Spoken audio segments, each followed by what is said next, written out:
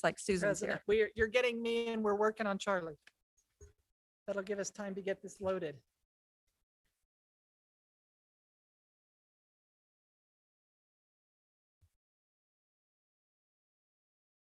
Okay, we are up there and we will give Charlie one more second. I will tell you, just starting with this slide, as you can tell, it looks a little different than usual, as you all know. We weren't, usually there's a nice sunset picture of the Capitol in this one. And this is our junior women in business following our office space here that we used back in the board study room. And we want to tell you, we appreciate the use of that space. It worked very well for us. Superintendent and I have talked, we may never return to the Capitol again. It was kind of nice to be able to sit in that room towards the last couple of days, especially last week. Nancy can attest, we got a little stir crazy, but sitting in the room for 16 hours a day. But it did look a little bit different this year.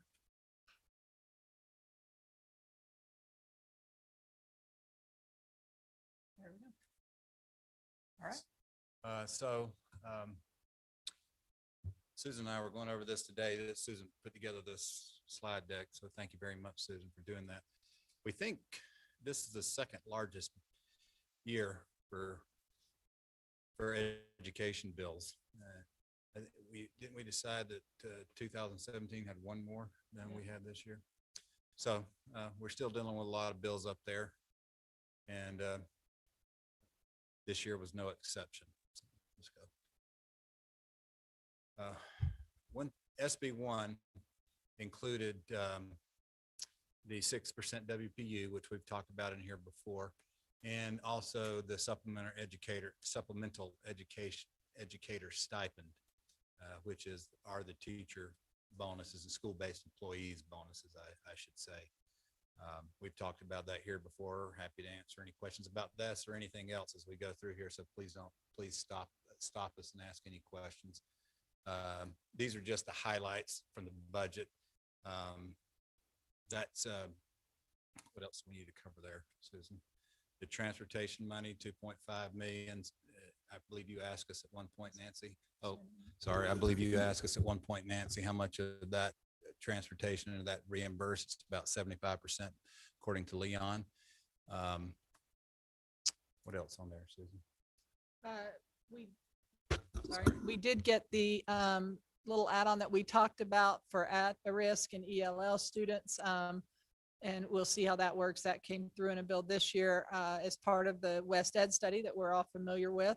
We anticipate that West Ed study will produce some additional bills the next couple of years, maybe not all ones we like as much as a WP add-on, but we will keep our eyes open on those.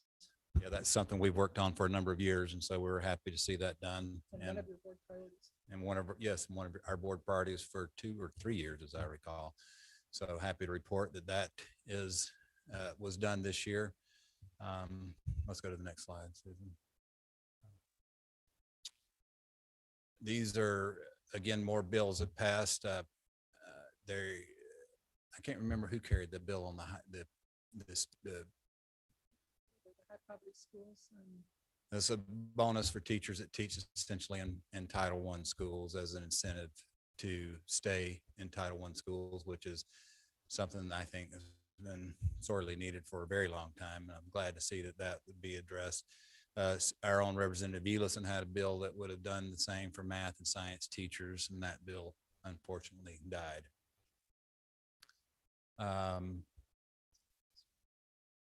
These are all dealing with compulsory ed, which essentially was loosened up quite a bit this year, especially the truancy enforcement moratorium. Is there anything else in those? The mental health days for students, essentially making it so that a parent can vouch for a student without an explanation as to why a student is missing school. So that's what we mean by the truancy laws. We're loosened quite a bit. Charlie, there's no limit on the mental health days? No.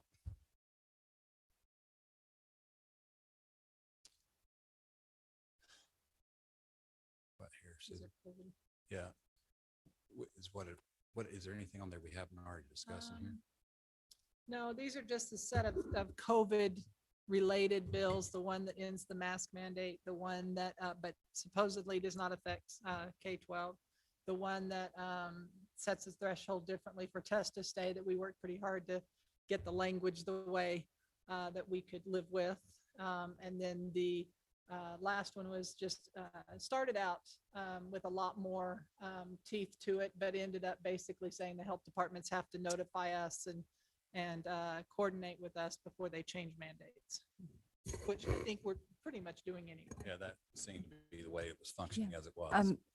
Can we just reiterate about the mask mandate, how it doesn't, how this HB 294, that timeline of April 10th, but K-12 schools were excluded from that because we operate under state health department public health orders.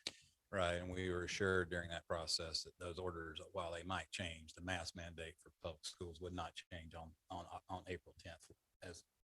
Because of this bill, and any change would Right. come through the state health department. Right, Correct. correct. Yes, Mrs. Schill. I'm just wondering, I don't know what we all think, but I really do think we need to maybe start communicating that to parents, because I think there is confusion out there. Yeah, there's going to be a lot of confusion about this, unfortunately. It was something we tried to avoid, but we weren't successful.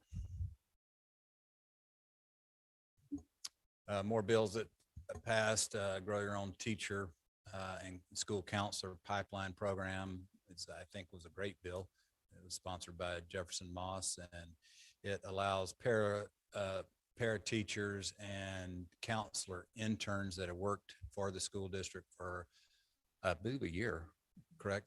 Or an equal amount of experience. They can apply through this State Board of Education for a scholarship to go to school and be, to be a certified teacher or a certified counselor. The driver's license, the learner's permit was extended from 1 year to 18 months.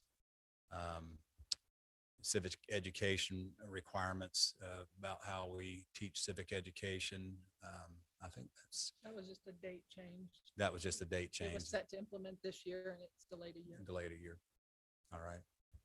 Therapy animals, the therapy animals just says you all have to create a policy if we're going to have therapy animals in schools, which is kind of, we know that, right?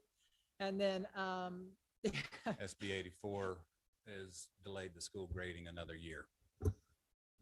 So I know we wanted to, and we will try to get another year next year, but this year there won't be a school grade.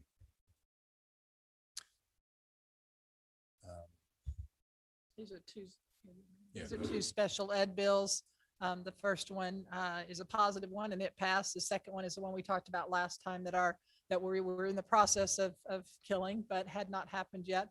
That is one that our special ed directors and parents and really everybody except for a very few charter schools worked tirelessly to say this is not the right direction to go. And it ended up not going through.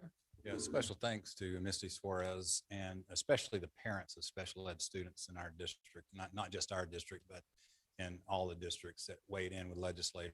This bill had a head of steam for quite a while before the parents and special ed teachers and directors started weighing in on it. So I wanted to publicly, I think I did this in the last meeting, but still wanted to publicly thank them again for doing that. Go ahead, yeah. This one is actually, we just found out within the last hour that it's going to have a virtual ceremonial signing. I don't know if that's quite as good as being in the gold room, but this trio of bills was from Representative Pulsifer.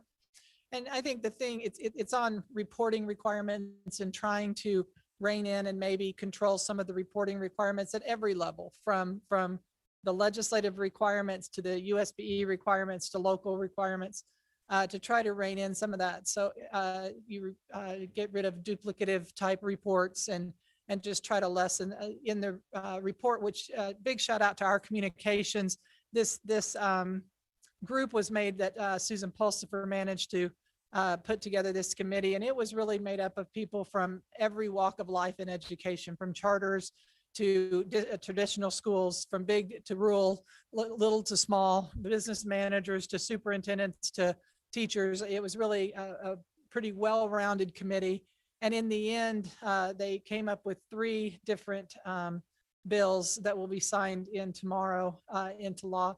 And it hopefully will make a difference. Basically, the gist of what the video that our communications department worked tirelessly to help put this together for the presentations. And it basically said, a lot of these concepts start like a BB, and by the time they get through everybody's processes and audits, it ends up like a bowling ball. And it's just really creating a lot of stress on LEA staff and teachers and principals that have to fill out these reports, and that we just need to have a process for really taking a good look at that. So she passed 3 bills that hopefully will make a dent in that. SB 131, we've talked about in here before, was a bill that would have we felt like very onerous on our building. When we build buildings, that bill died, passed the Senate, but died on the House board. Internal investigation amendments, that bill also failed. I don't know if we haven't talked about that bill in here. We ended up weeding out that ended up applying to us, but there was great concern at first that applied to us. It had more to do with the University of Utah and with any district that had their own police department, but ended up failing anyway. So Yeah, that I can't remember the woman's name that was murdered up at the U. The legislature, and not just the legislature, but anybody that's looked at that has been appalled at the investigation that was done. And then the internal investigation has also caused some consternation. And so that's what that was addressing. We kind of all got swept up in it for a minute, but they found other ways to resolve it, which was good. We talked about the transgender women in sports bill. That bill failed. We talked about it, I believe, the last time we were here. That bill did fail.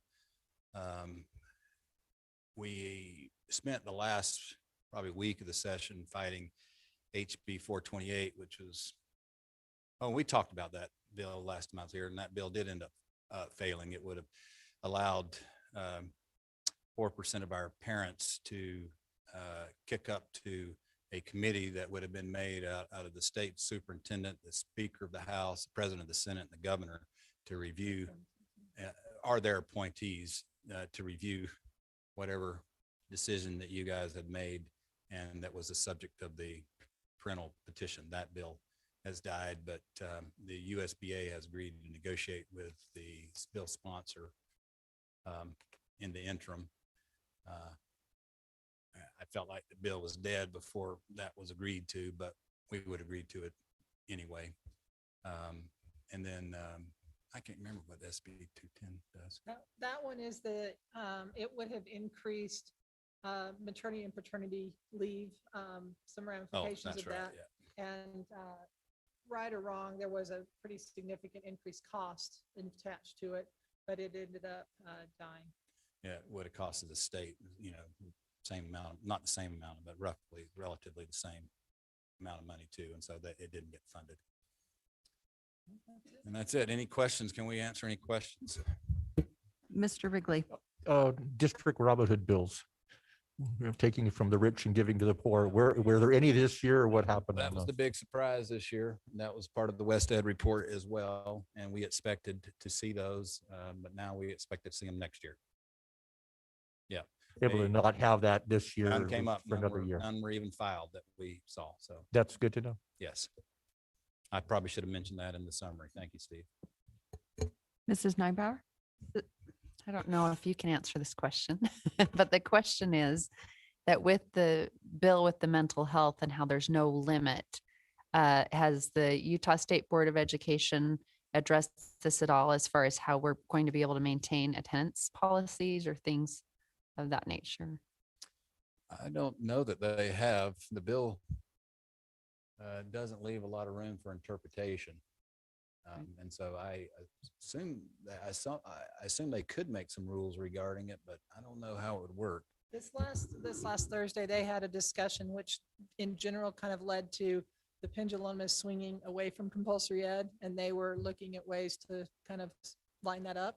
And so I don't know where they'll come down, if they'll come down on each individual step that direction. Mhm. You know, where it concerns us, for really involved parents that are quite involved with their kids' education and able to excuse kids, you know, it's probably sixes, but where it really matters is for the students that don't have, where our truancy comes into play, is for students that don't maybe have that parental support, or that the truancy program has actually helped to catch Right. and help those students that aren't having maybe the best support at home.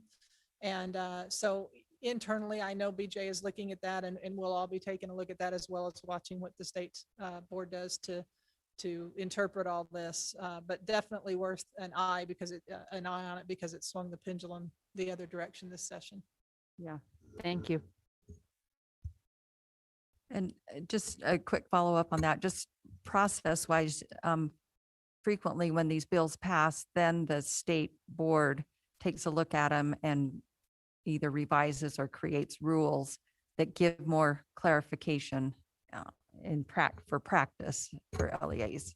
Right. So, And- so we're kind of waiting to see how they interpret And, those. and they will hear too, is my guess, and my suspicion is, as I think about your question a little bit more, Holly, I think the rule will be limiting the kinds of things we can ask when a parent calls in to excuse a student, is my guess.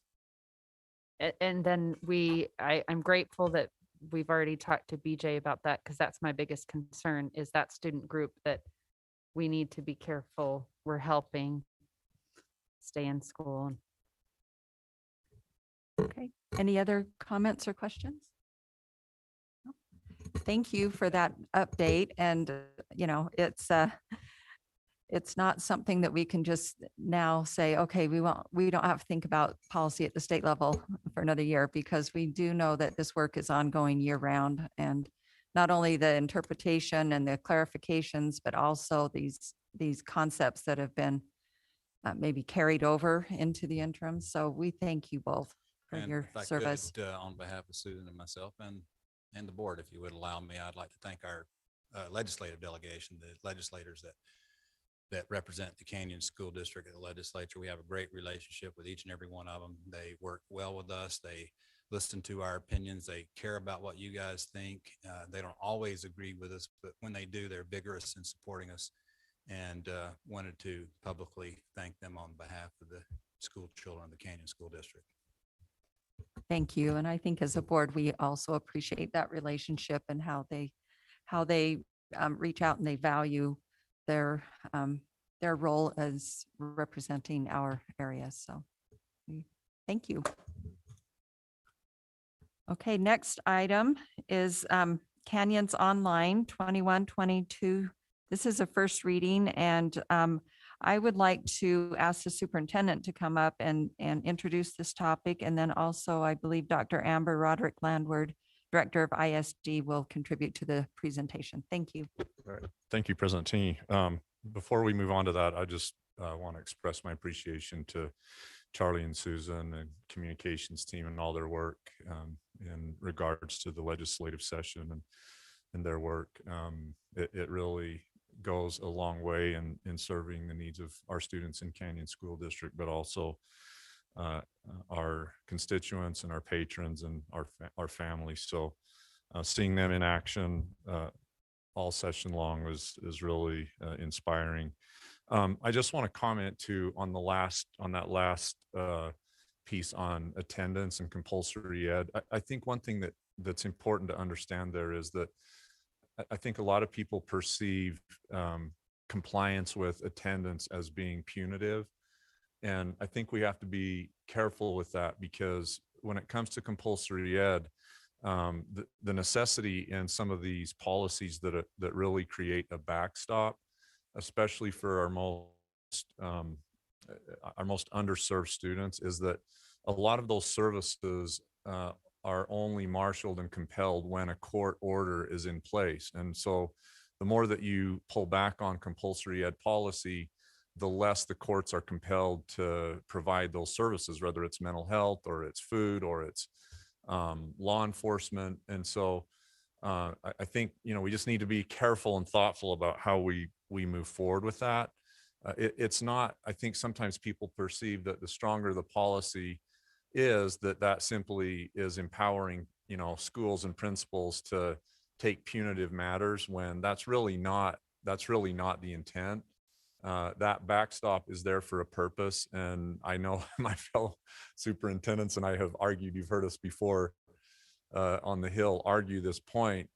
It's within good intentions to remove compulsory ed. I get that, and to empower parent choice. But I think, we also need to just be cautious and thoughtful about that, because many of those services are court ordered, and without that, the court may not be compelled to put those in place. So not to get off on a tangent, but just, I think that's important to add to the record.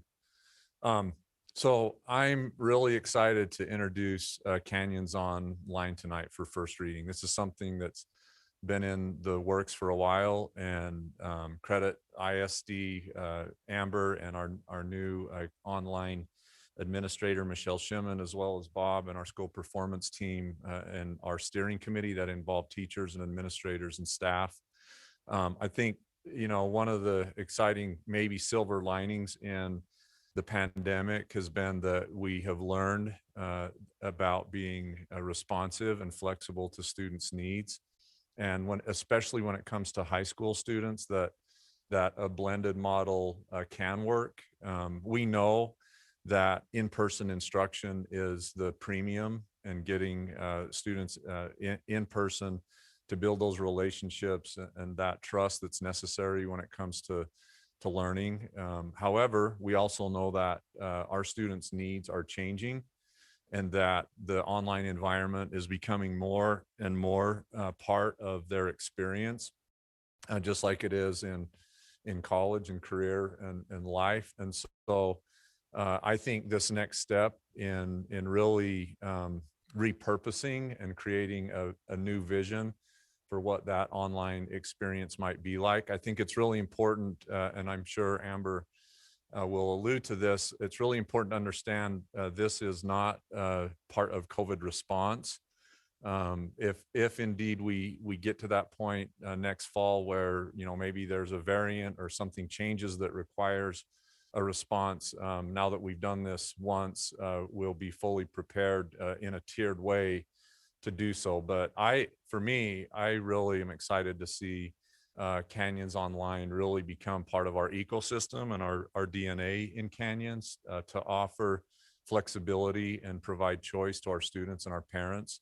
And really at the heart of personalized learning is meeting their needs when it comes to their pace and place, right? We know that for some students, online is not a good fit. And yet for others, it really has been something where they can thrive and do even better than before. So with that, I just want to tell our team how much I appreciate them being close to this and watching this, and being something that I'm passionate about on a professional and personal level. To see this type of innovation move forward in Canyons District, I think is really, really exciting, and something that I'm grateful to be part of. So Amber wants to come up with that introduction. We'll go from there.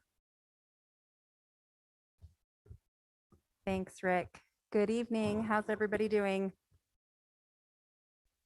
Good. Good. Thanks, Holly. Yes, welcome. I'm so used to having, an audience in a classroom, and this year without PD, we've been so deprived that my grandmother passed away and I had to speak at her funeral, and I found myself like fighting the urge to have them turn to their neighbor and talk about my grandma, and I had to end with a little peer interaction. So thanks for responding, I guess, is what I'm getting at. We have been missing those opportunities to be face to face with a lot of our teachers this year. I'm equally excited as Rick to be presenting tonight about Canyons Online. We've had such an amazing test kitchen over the last year to really try on a number of things and see what works and what doesn't, and how we can best serve our students in multiple different environments. You may recall when we presented to you in October about just the status of how things are going with regards to online learning and the multiple options we had going at the time. We proposed that we would start a steering committee at that point with teachers to really start thinking ahead of what Canyons Online could be in the future in a post-COVID world. So Michelle was named the interim coordinator of our Canyons Online program at the time, and she led a steering committee for elementary, middle, and high school, and it included teachers and administrators. And they talked through a lot of options based on their experience and based on, you know, their colleagues' experience, their kids' experience. So we had a lot of great ideas at the table. At that time, we also had a pretty comprehensive set of data from our stakeholders, parents and students, and their experience online. And we've continued to gather data since that point, and you'll see a lot of that going in here. That said, there's still a lot of work to do and things to learn. And so I'm glad that we've got more than one reading to really talk through all of our ideas. So the first thing we wanted to do, as Rick said, is really set the vision apart from a COVID response. And so you can see here, aligning to our current district vision, we really see the Canyons Online program as being an opportunity to remove boundaries for college and career readiness by providing high quality online learning that gives students choice in both the pace of their instruction and the place of their learning in that non-traditional learning environment. So that's what we are striving to achieve with this program. The program will encompass 3 separate programs, one for each level, and we're going to spend some time talking about an overview for each of those tonight.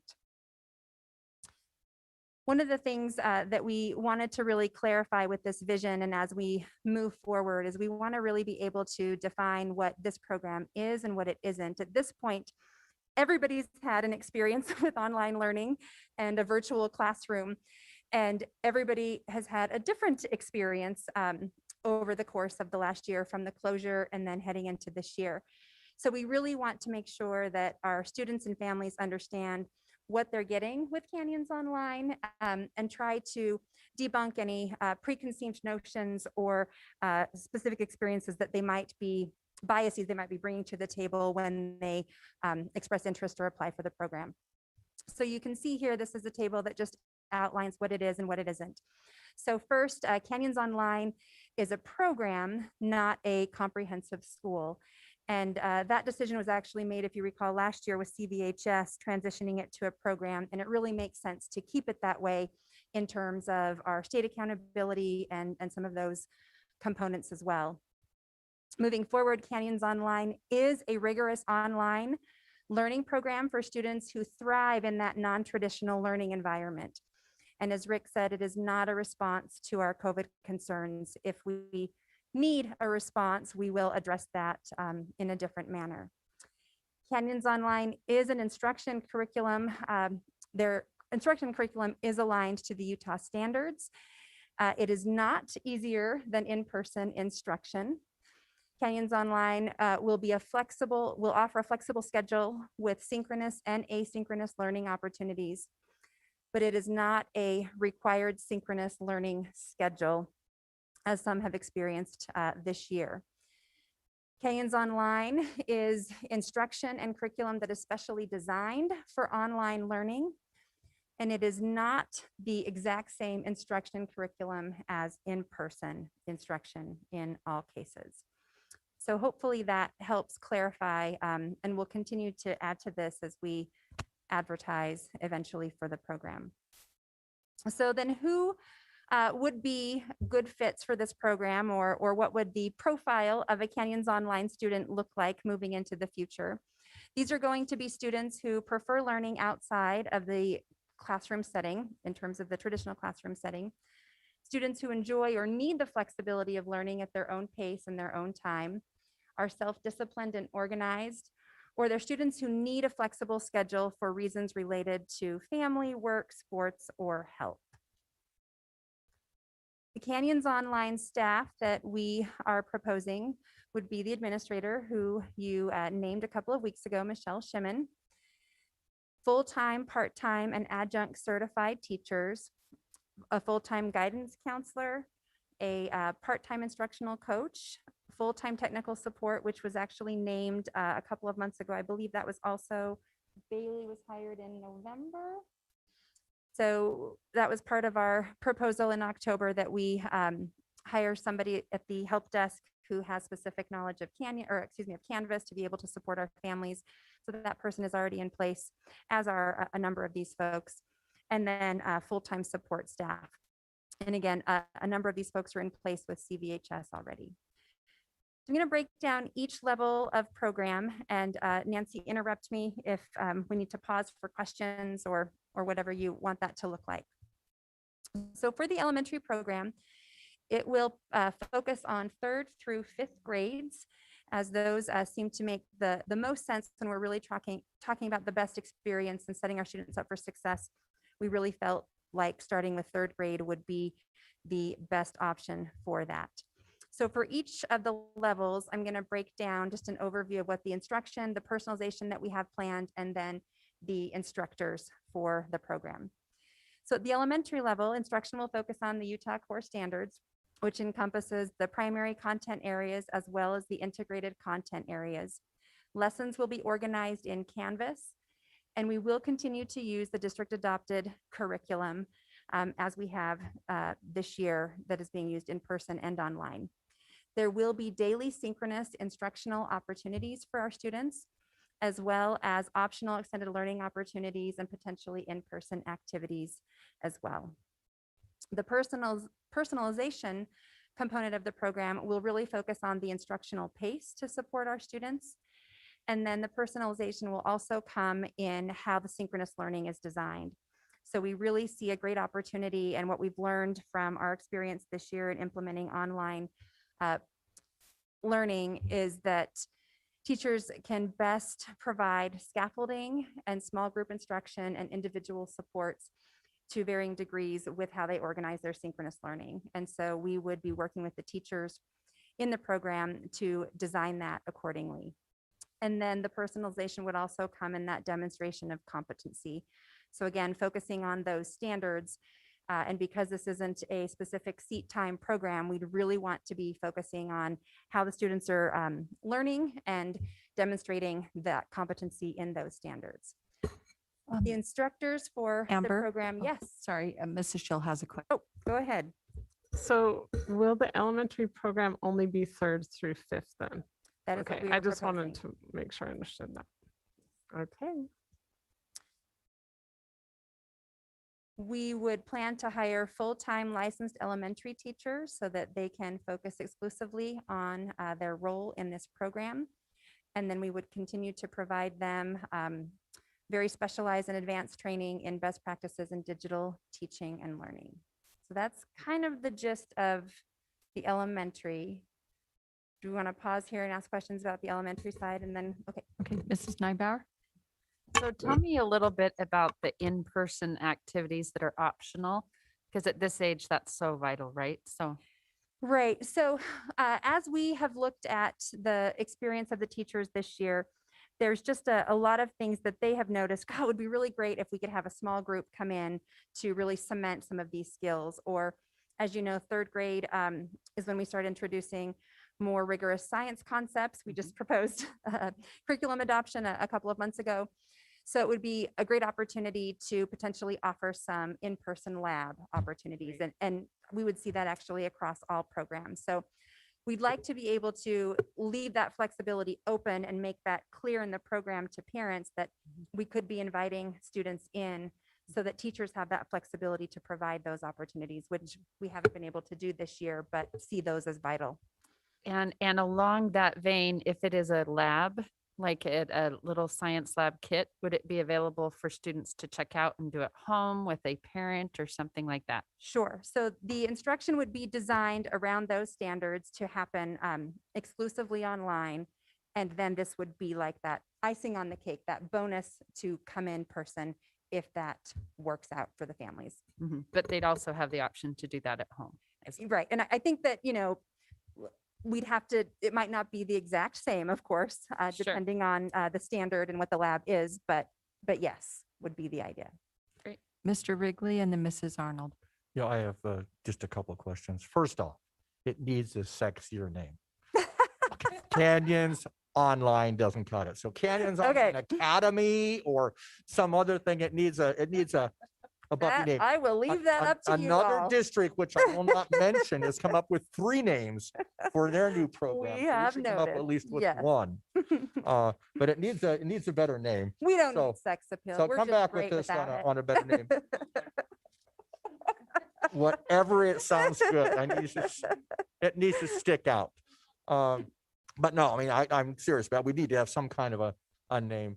My next question. There is a whole bunch of competition now starting on online. There is. And part of them is, and I think we're going to get to that point, we'll be equal to or better than any of the competition as far as online for online academies. However, we're a district that has opportunities because of how we are to go above and beyond online.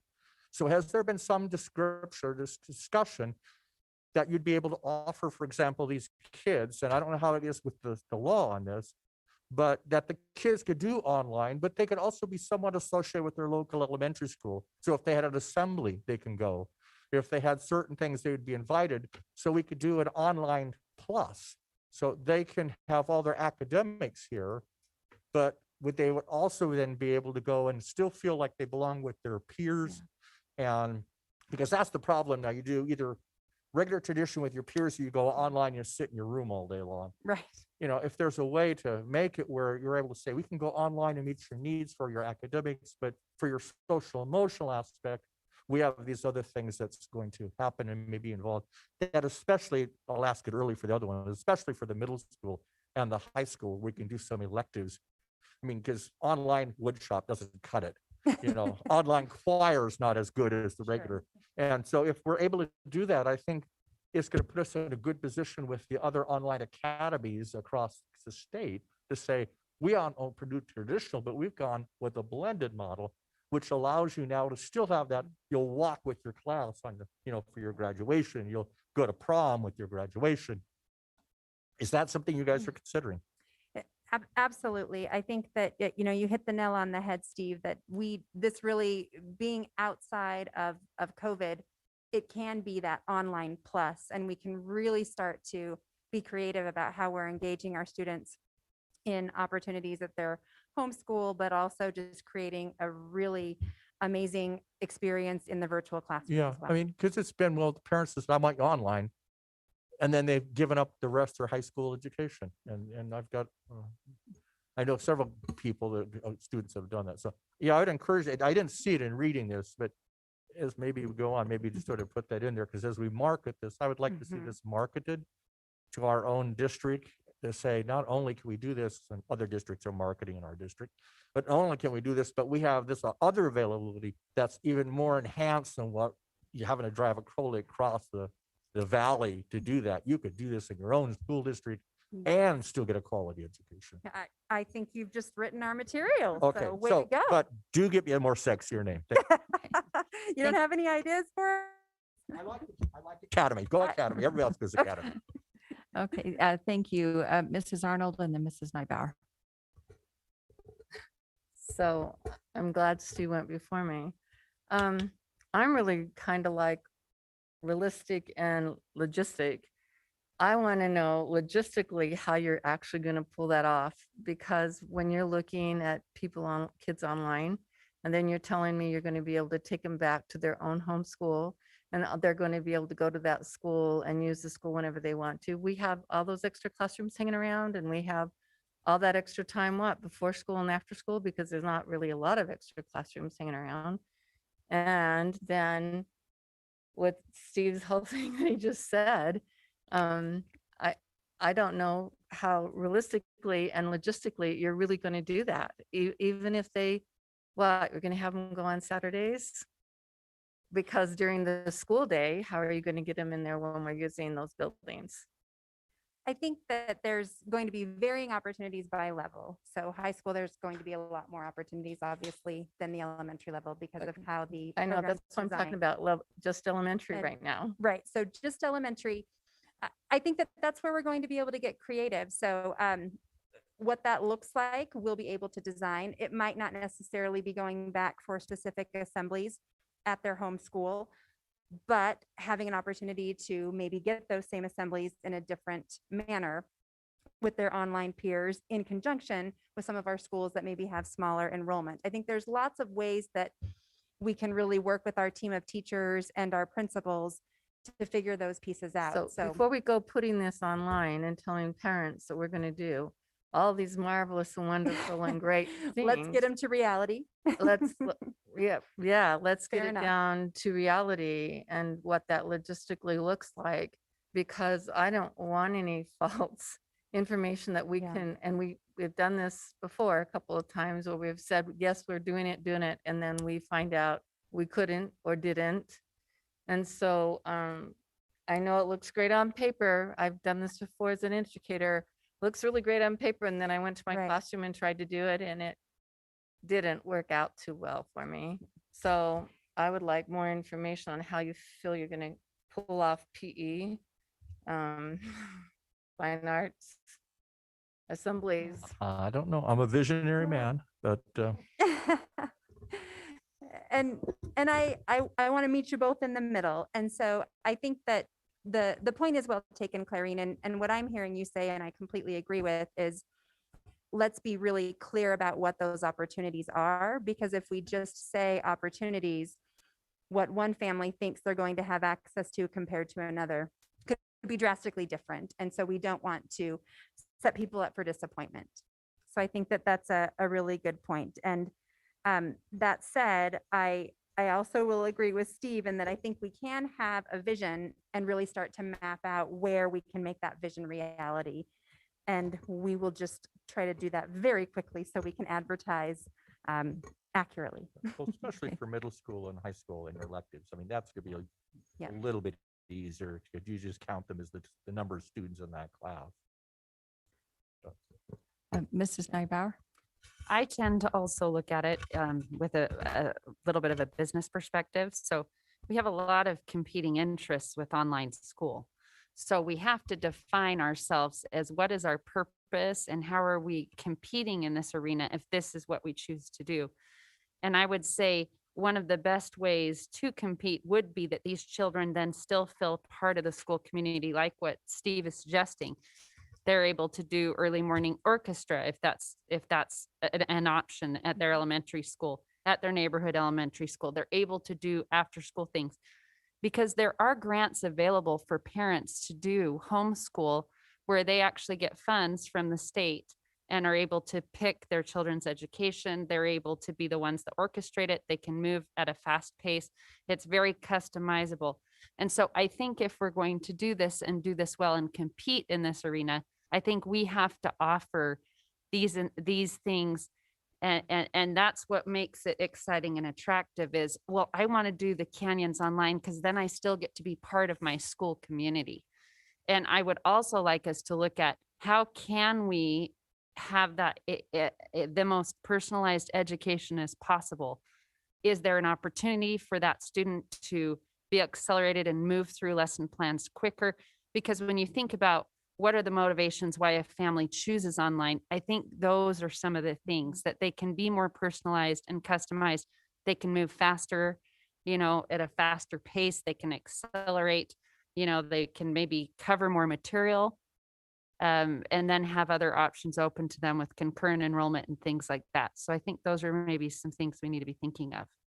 And then my other question is, have we done any surveys? Do we know, because there is a large portion of the homeschool population that really like the parents to be the ones that are the educators. And we're offering something different where they still have teachers. And there is a lot of great online options where there are teachers as well. But just, do we know, we're setting up the infrastructure, right, with teachers and everything. Do we know how much of our student population is interested in this? Have we done any surveys or anything like that so that we're making sure that we're meeting the interest correctly with our funding? Sure, that'd be great. I think the intent is to start small.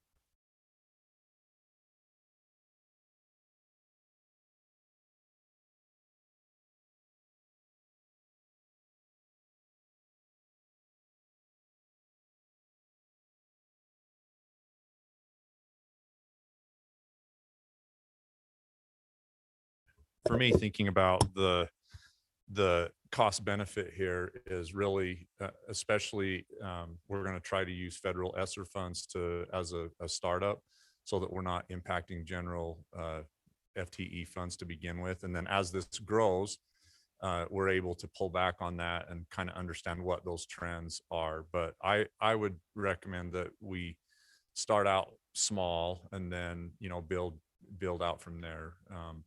And also kind of to back up to the last point too, I think one of the things, to your point, Clarine, one of the differences from last year to this year is that we're staffing it with an administrator, a counselor, and full staffing support. And so before, remember, we actually did go full site-based, but it was all located in the school. And that really did kind of create a separation that you're talking about, where mom and dad and student were in the online environment, but they're relying on the principal, the counselor, to try to navigate all of that. And my vision for this would be is that there's really a triangulation between Michelle and her team, a counselor that's online working with their resident school to coordinate exactly what you're talking about, that if they wanted those opportunities in their schools, that we could do that. But now we have the ability with staffing and support to make that happen, versus last time we were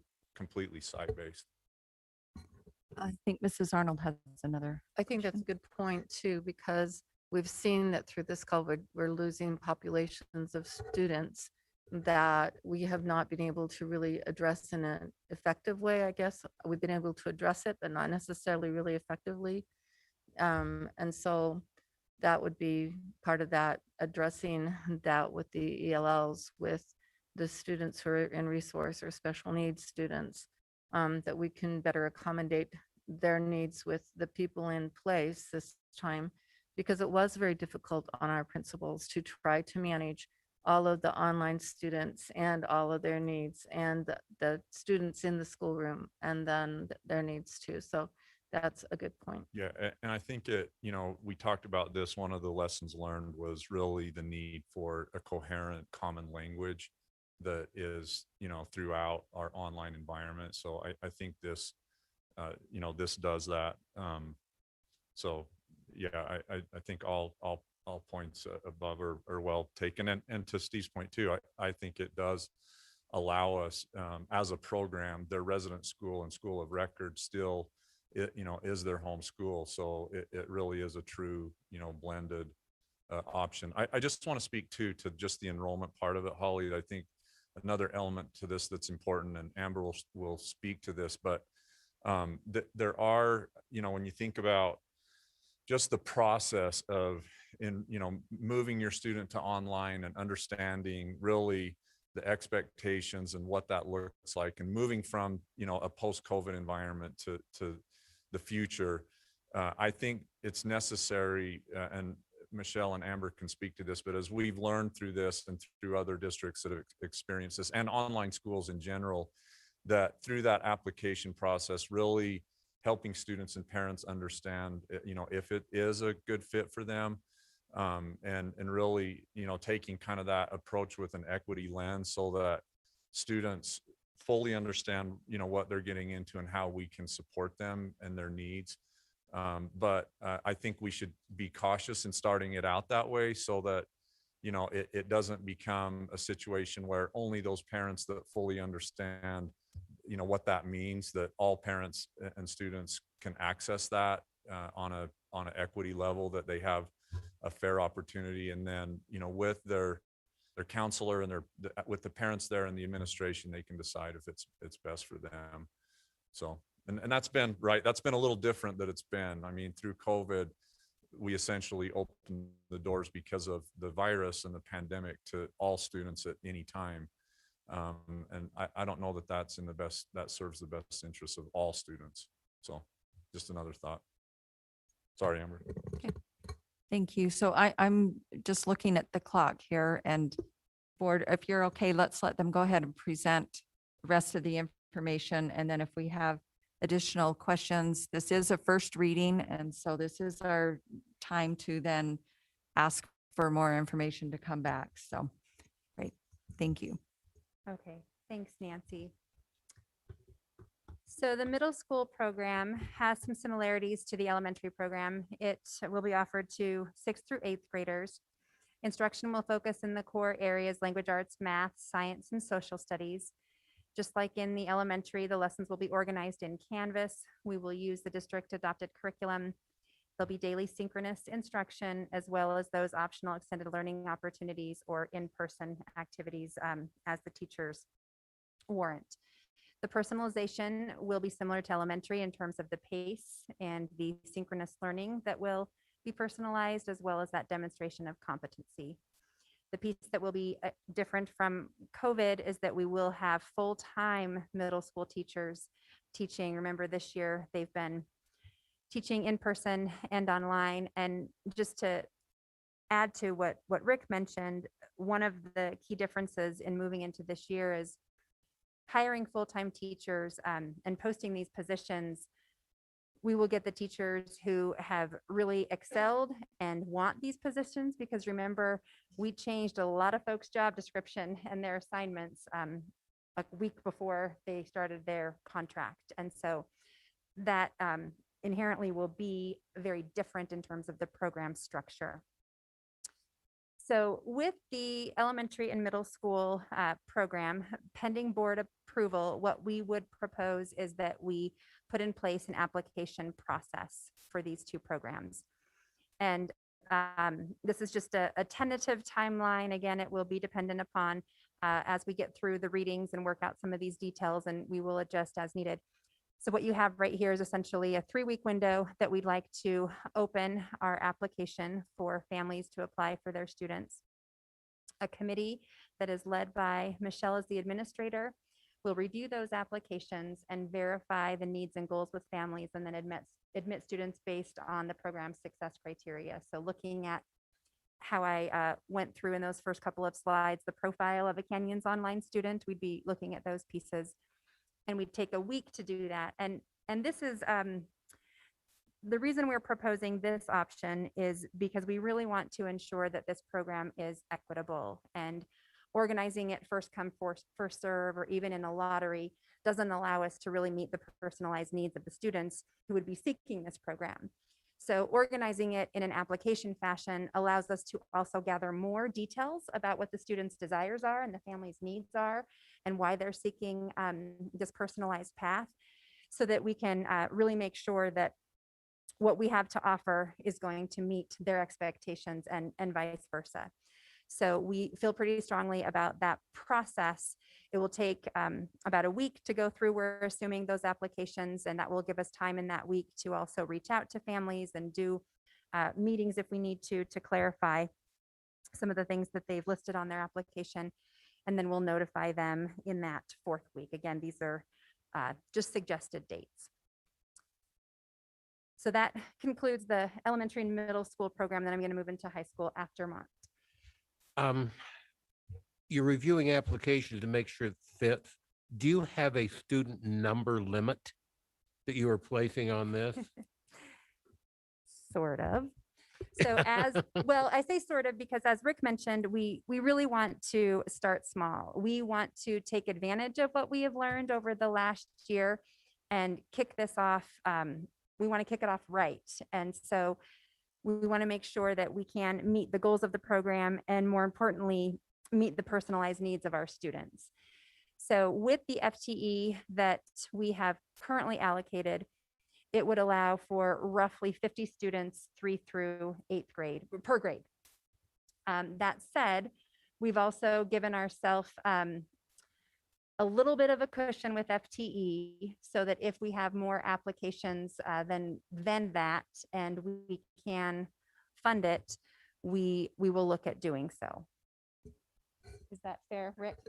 Okay. So a clarification, 50 students in Per 3rd grade. grade, 50 students in, so are we talking 2 teachers or 3 teachers for those 50 students? 1 teacher for One- those 50 students? 1 teacher per grade to start. And then for middle school, because you have 4 core areas, each of those core teachers will have the 6th, 7th, and 8th grade students. I love masks because, yeah, you should see my mouth right now. Okay, like I'm going to talk as a teacher for a minute. I really wouldn't want 50 students online at one time. It was really difficult for me to handle 28 at one time. And I get that I was thrown into it, but still, if we're talking about special needs students and we're talking about trying to meet the needs of students and you're handing off 50 students to one teacher, So I think this is where we have to remember the distinct difference between the Canyons online program that we're proposing and what we're experiencing right now. Right now, students didn't have a choice in some cases, or their parents made the choice for them based on their family's needs and health concerns. So we had everybody who had that experience at some point in the last year. And what we're proposing is the application process, that these are going to be families and students who are choosing this program.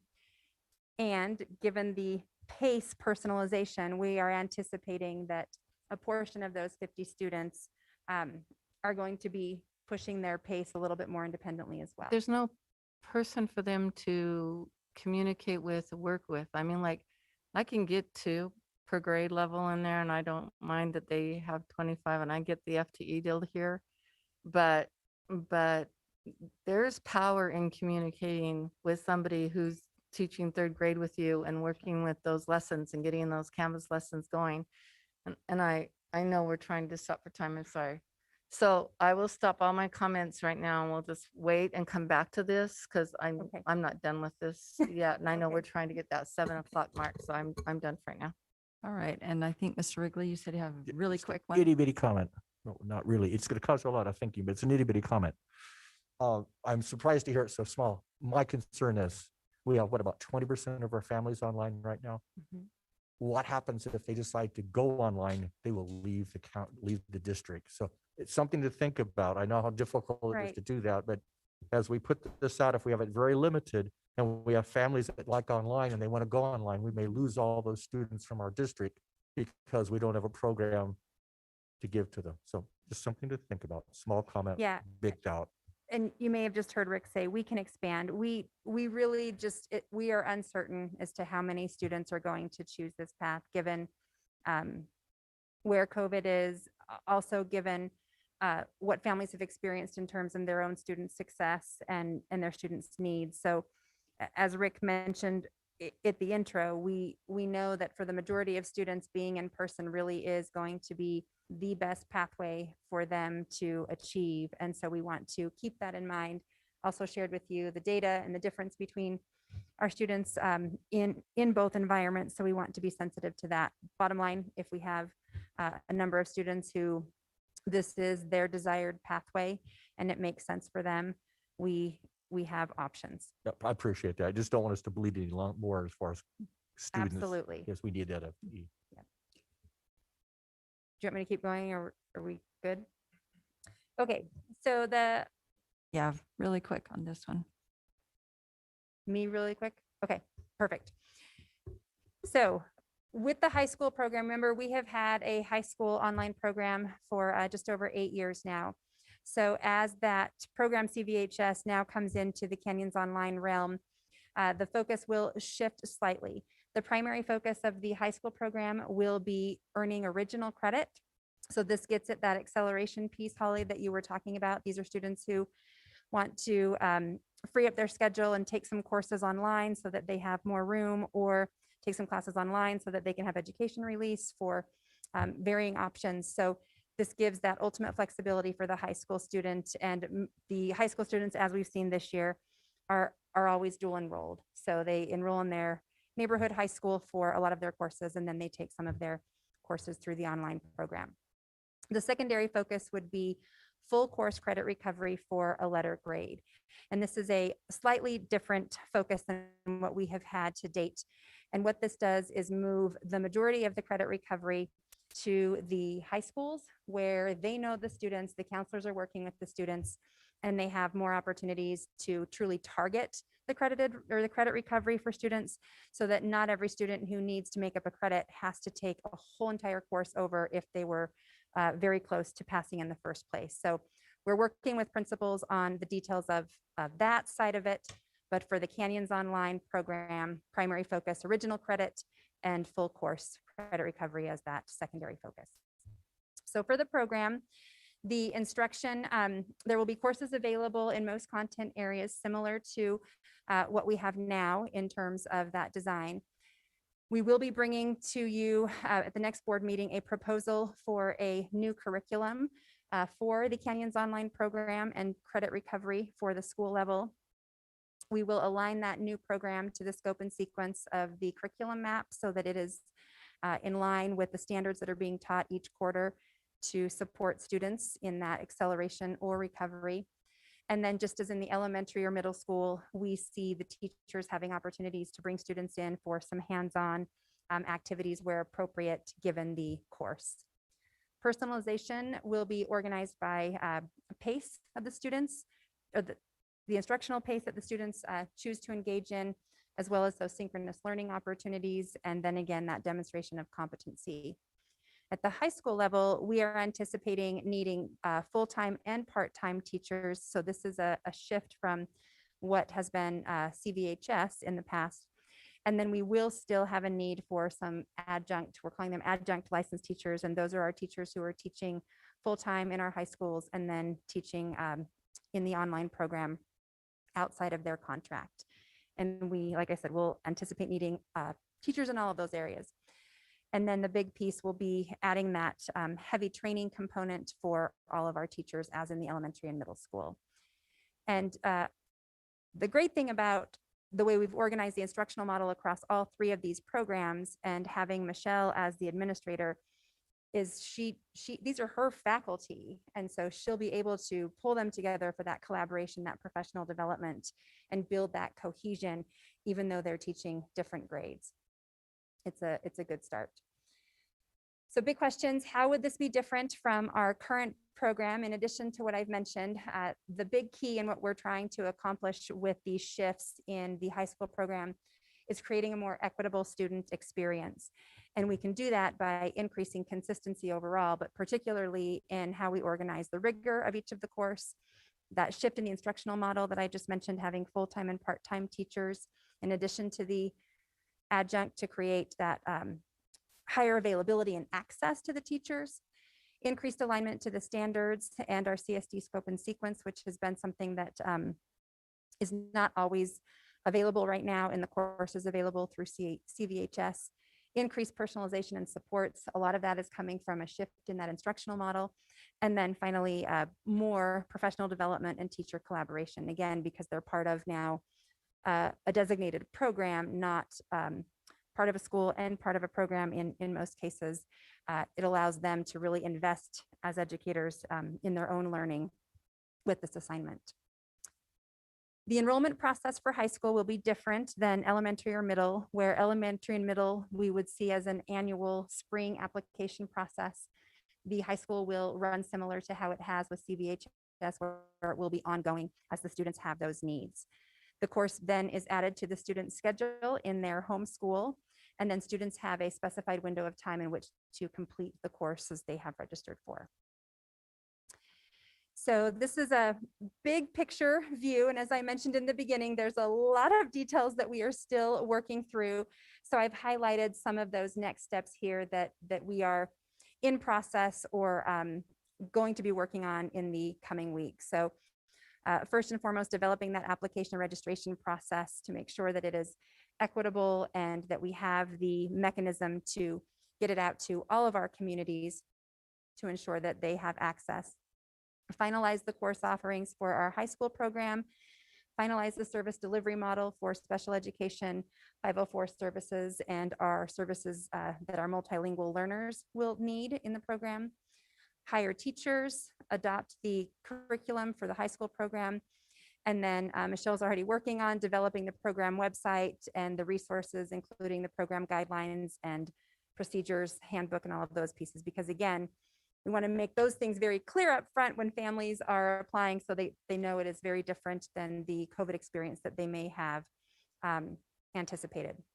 And then finally, once the teachers are hired, designing that professional development for the teachers and working them through that process before they start in August. Okay, so there's still a lot of ground to cover on this topic. board, let's give it a couple more minutes and then we'll talk about what we want to do from here. Mr. Millerberg, then Mrs. Nybauer. Just a quick question. I'm looking at our board meeting schedule and I don't see us meeting again until April. And yet you say you're going to start doing enrollment on April 1st through the 23rd. Right. So that's just a. Am I that the was only just one seeing a tentative. problem there? No, I know that there was potentially some talk of an additional board meeting and those were just tentative dates. So we essentially would need a couple of weeks to open that registration process and then a week to decide. And obviously, given, our competitors and the hiring piece and wanting to know how many teachers we need, the sooner the better. But this is all pending your approval and we'll move once that Yep, happens. because this is the first reading Correct. and it can go up to 3. Okay, Mrs. Nybauer?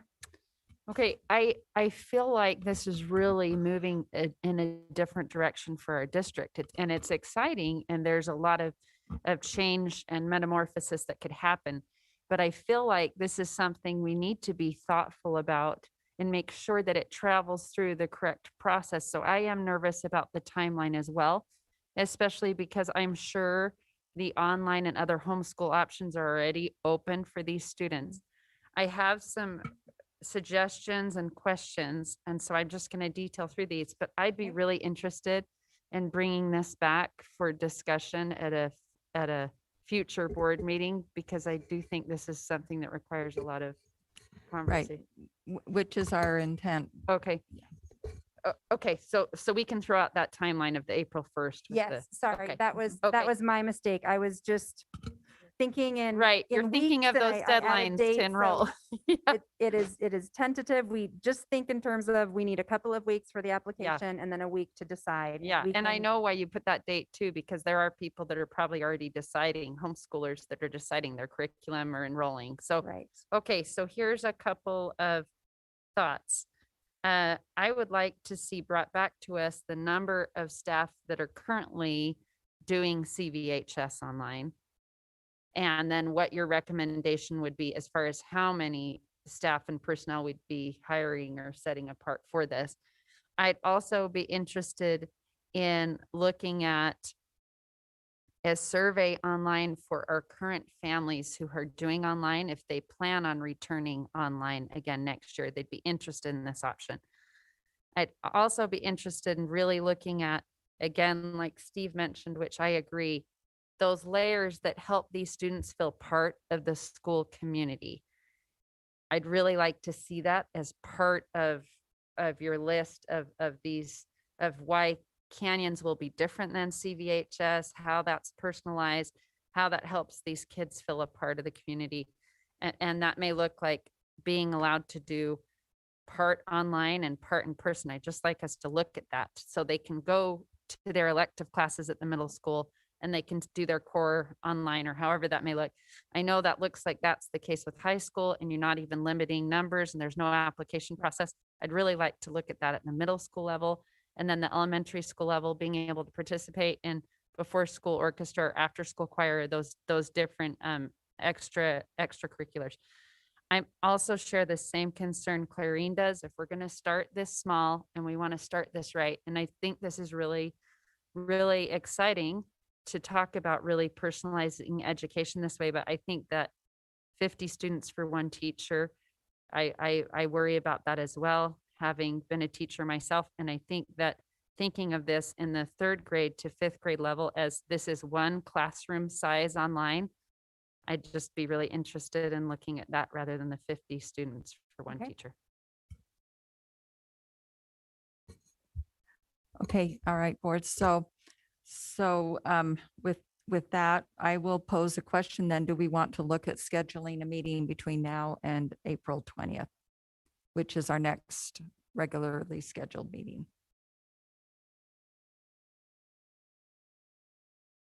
We had to have some discussion Yes about and no. maybe the 30th of March, if that fits in anybody's schedule.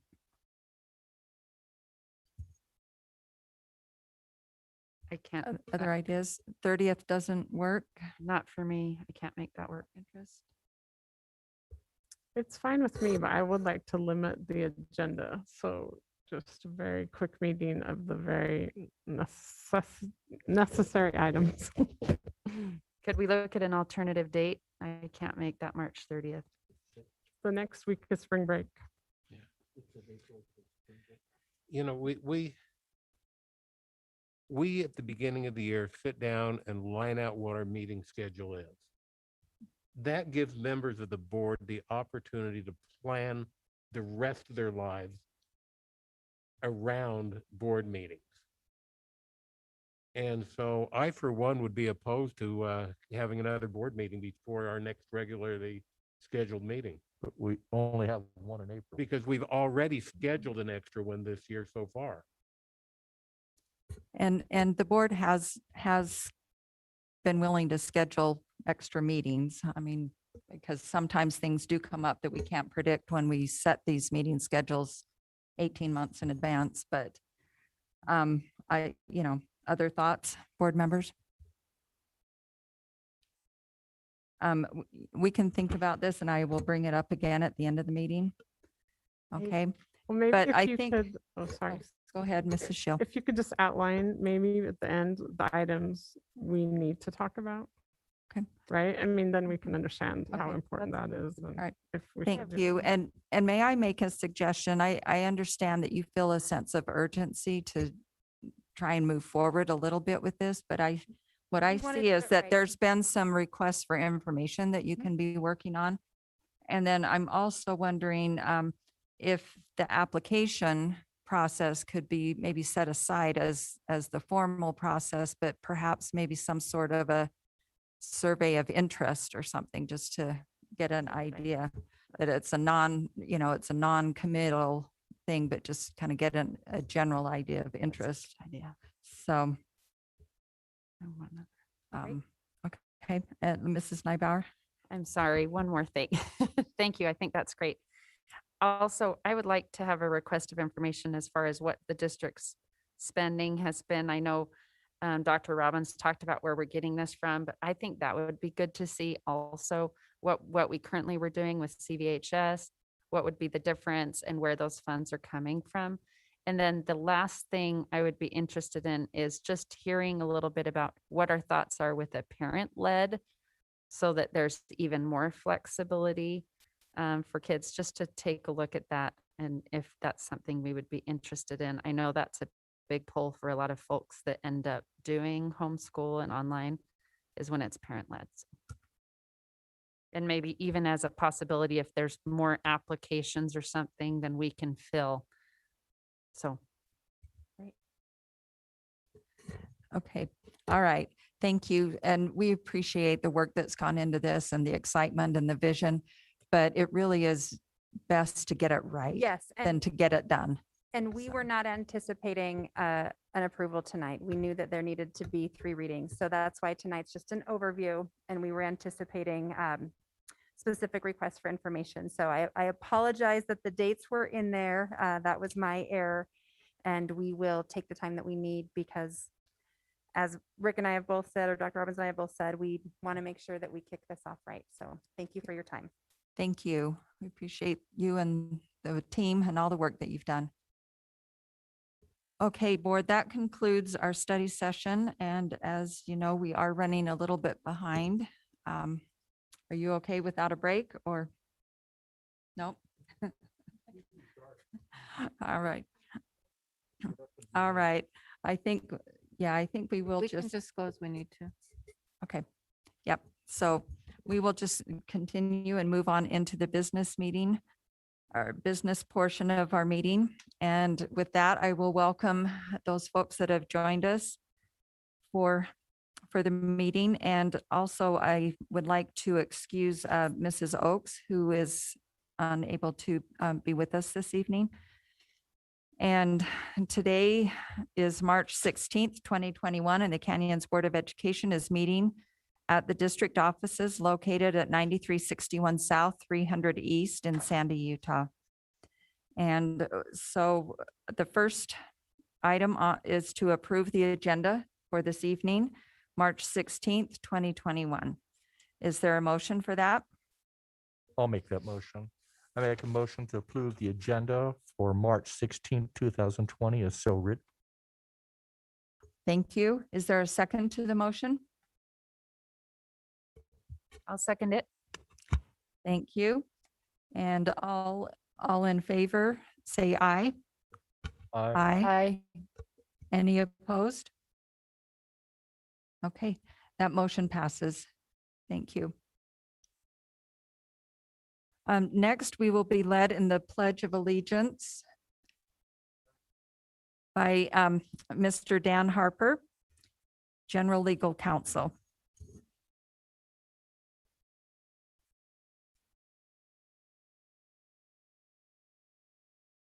Please join with me in the Pledge of Allegiance. I pledge allegiance to the flag of the United States of America and to the republic for which it stands, one nation, under God, indivisible, with liberty and justice for all. Thank you.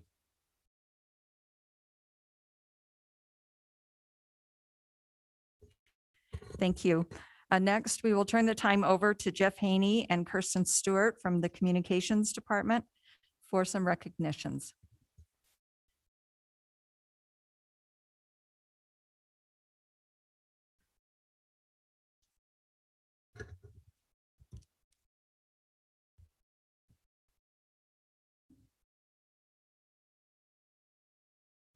Thank you, President Tingy. We appreciate the time that the board grants us to recognize the achievements of students, faculty, and staff in the Canyon School District.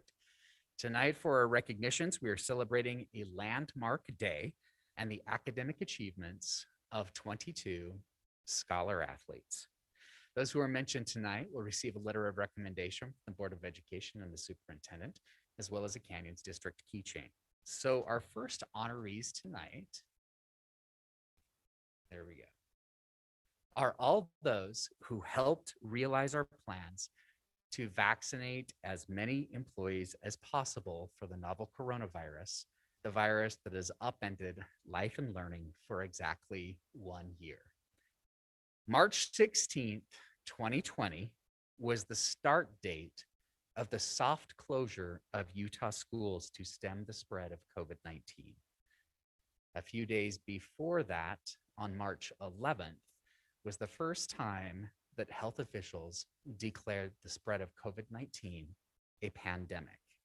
And on the anniversary of that declaration, Canyons District provided the final shot to interested and eligible Canyons District employees at the very last vaccination clinic. And that clinic, as you can see in the photographs right here, was visited by Lieutenant Governor Deidre Henderson. The Cox-Henderson administration has made vaccinating teachers and school support staff a priority. They moved them to the proverbial front of the line to be vaccinated as part of the state's COVID-19 recovery plan. And on the very last day, as you can see, one of those state officials came and saw exactly how we did just that in such a short period of time. Now, cheers erupted at about 7 o'clock on March 11th at Mount Jordan Middle School. That's when we gave the final shot to a Canyons District employee. That was Elizabeth Rookledge, a school counseling student who is doing her practicum at Draper Park Middle School. I think she was a little bit taken aback by the fanfare surrounding her receiving a vaccination. We had a lot of people taking photos, video. We did interviews with her. Canyons District has provided this service to employees every Thursday since January 14th. A limited number of vaccines were distributed each week based on age, with older employees receiving the vaccine first. On a weekly basis, via email, Canyons District extended invitations to eligible employees in descending age order, depending on the number of doses that were provided to the district by the Salt Lake County Health Department. Now, Canyons District's clinics were planned and executed by Steve Diamond, the Director of Human Resources in the Canyon School District, with assistance from various departments, and school administrators. We also give a special shout out to IT's Director of Technology Development, Jeff Murray, and Everett Perry, an administrator in our Human Resources Department, who we affectionately call our own personal MacGyver. These guys moved mountains to make sure all of our employees received the opportunity to receive their vaccines. And I think that if Steve were placed in charge of the federal effort to vaccinate the country, we'd be done before we held graduation ceremonies this spring. Jeff wrote the code to a program that allowed us to keep a running database of all those who had received an invitation, kept track of appointments, kept track of those people who had to defer, and kept track of the completed doses. In all, it took 2,695 hours of our staff's work to organize and execute the clinics. Over the course of 9 weeks, 116 nurses worked 1,044 hours, giving the doses to our eligible and interested employees. And get this, about 650 hours were donated by our district employees who really wanted to help, to lift where they stood and made sure that everyone who came to the clinic had a good experience and that it ran smoothly for everyone who came to get vaccinated. They came, they hung out, sometimes they had some pizza, they had fun, but they made sure that our staff received world-class customer service, which is a tenet of the Canyons Board of Education.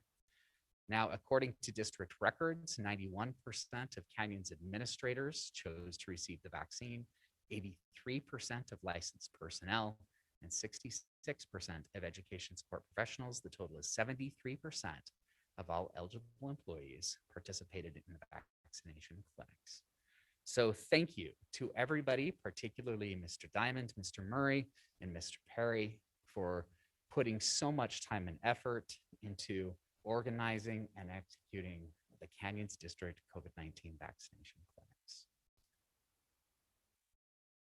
The next honorees are from Alta High School, Brighton High School, Corner Canyon High School, Hillcrest High School, and Jordan High School, all 5 comprehensive traditional high schools of the Canyon School District. They are students who earned academic all-state honors for winter sports. These students are more than just star athletes. They invest just as much time in their academics as they do to dance, basketball, wrestling, and swim practice, and it shows. For excelling in their academic and athletic endeavors, 22 Canyon students representing all of our high schools have earned academic all-state status in winter sports. This award is sponsored by the Utah High School Activities Association. The Academic All-State Award has been around for more than 3 decades and honors high school seniors for achieving academically while also being major contributors in various sports and activities. In order to qualify, students must have a 4.0 cumulative GPA or meet an index score, which takes into account a student's grade and ACT or SAT scores. A student with a 3.9 grade point average, for example, would need to score a 30 or higher on the ACT in order to qualify. So as you can see, that's quite rigorous. It's quite an honor to earn academic all-state and be an athlete at the same time. So congratulations to our 2021 winter awardees. This brings to 63 the number of students this year in the Canyon School District who have earned academic all-state. And those students are in drill, Reagan Kimball from Brighton, Ella Fankhauser from Corner Canyon, Maya Robson from Corner Canyon, Savannah Savage from Corner Canyon, and Paris Friedern from Hillcrest. In girls swimming, Rachel Archibald from Alta, Chloe Seaborg from Corner Canyon. In boys swimming, Russell Cutler from Alta, Sage Doyle from Brighton, McKay Larson from Corner Canyon, Steele Smith from Corner Canyon, Trent Oldham from Jordan. In girls basketball, Lillian Cheatham from Brighton and Rosalind Stewart from Jordan. Boys basketball, Joshua Peterson from Brighton, Michael Kenner from Brighton, Trace Ross from Corner Canyon, Cole Carlisle from Hillcrest, Cooper Albers from Hillcrest, Justin Sebahar from Hillcrest, Max Willits from Hillcrest. In boys wrestling, Logan Hawes from Brighton. Congratulations to these students for achieving at such high levels in their activities and also in academics. President Tingy, thank you for the time that you grant us for recognitions. We appreciate it, and we turn the time back to you. Thank you. Thanks. Thank you for sharing that great information and all those wonderful reasons to celebrate. We appreciate that. Okay, we have now come to the public comment portion of our board meeting. And the Board of Education encourages public comment and values input from our students, parents, employees, and other patrons of the district. Just a couple of guidelines that for you to remember or to be aware of, that public comment is part of the record, the public record of this meeting. And we generally allow 3 minutes for an individual and representing a group 6 minutes. However, we have a number of people that have signed up, so I will, with my discretion, I will ask you to keep your comments to 2 minutes and 4 minutes if you're representing a group. And we'll have the, Cindy will set the timer for us. Thank you, Cindy. And then if you have written documents that go along with your comments, please give those to the board secretary, Cindy Clausen over here. And the Board of Education does not engage in public comment on personnel issues of a district's employee's character, professional competence, or mental or physical health. If a member of the public wants to comment on personnel issues, the board would request that those comments be submitted to the board in writing. However, if the member of the public determines to verbally comment on personnel issues, his or her comments need to be civil and refrain from personal attacks, insults, defamatory, or slanderous comments about an individual. So with that, we have a few people that would like to join us by telephone. And while we're getting that set up, have we got them online? Yes, so if you'll open the line, and we'll start with Maren Mon, and then we'll have. You are now unmuted. Okay, the line is open. So we'll start with Maren Mon, who will be joining us by telephone, and then Erica Bradshaw, who is in person. Maren, are you with us? Okay, can everyone hear me?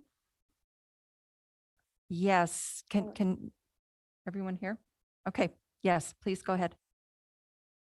Okay. Students and teachers within Canyons, while differing in their views on how to approach learning during the pandemic, all have one universal goal: to maximize what they're able to accomplish, or at least to get by with what we're given.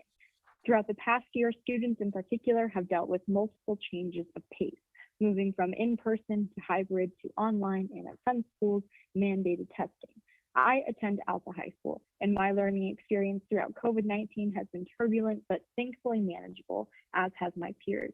Talking to teachers and to my friends, the transitions from different schedules can be described most concisely as inconsistent, unsafe, and confusing. And though we were having these discussions about hybrid and alphabet a month ago, the message remains the same. No one at my high school has questioned the validity of having Fridays as an online learning day.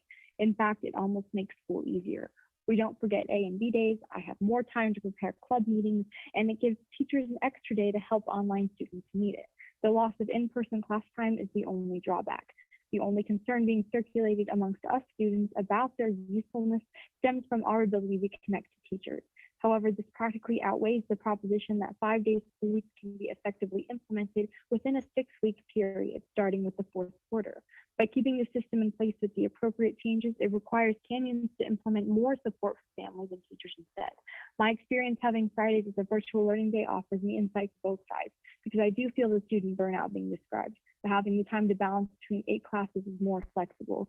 I, like many students and families, am just asking for more communication rather than a total overhaul. Most urgently, I implore the board to consider the students who are struggling not only with the inconsistencies of home life, COVID, and an almost unnavigable global landscape, but the inconsistency brought forth by the decision to change school for the remainder of the year. Looking at the bigger picture, we have 10 Fridays left in the school year. Even for the benefits being proposed to changing to a modified schedule for elementary schools, which there's definitely merit to, it doesn't make sense to increase the complexity for households with multiple grade levels, households with established routines, and families just hoping to finish the year without another interruption. Thank you. Thank you. Okay, Erica Bradshaw. And then back to the telephone line, Kurt Kleckner. Canyon School Board members. As the president of the Association for your licensed employees, I have come to speak on behalf of your employees and our students. I am not going to reiterate all the great things that teachers are doing for Virtual Fridays this year, because this Virtual Friday time the board so sensitively provided earlier in the year has been well spent. You know our teachers are committed and dedicate far more time to their students than we are contracted for. Instead, I want to tell you what a difficult year this has been for teachers, staff, administrators, students, and parents, and it is not over yet. I am June 1st tired in the middle of March. This has been the most difficult year in my entire teaching career. I surveyed my students and they overwhelmingly do not want the schedule to change for the school year. They don't want any more chaos and change. Your teachers and staff don't want to rearrange their schedules and childcare again. I urge you to seek definitive data, as Jordan School District has done, and learn how your students, parents, and employees truly feel, instead of relying on the anecdotal commentary from a few individuals.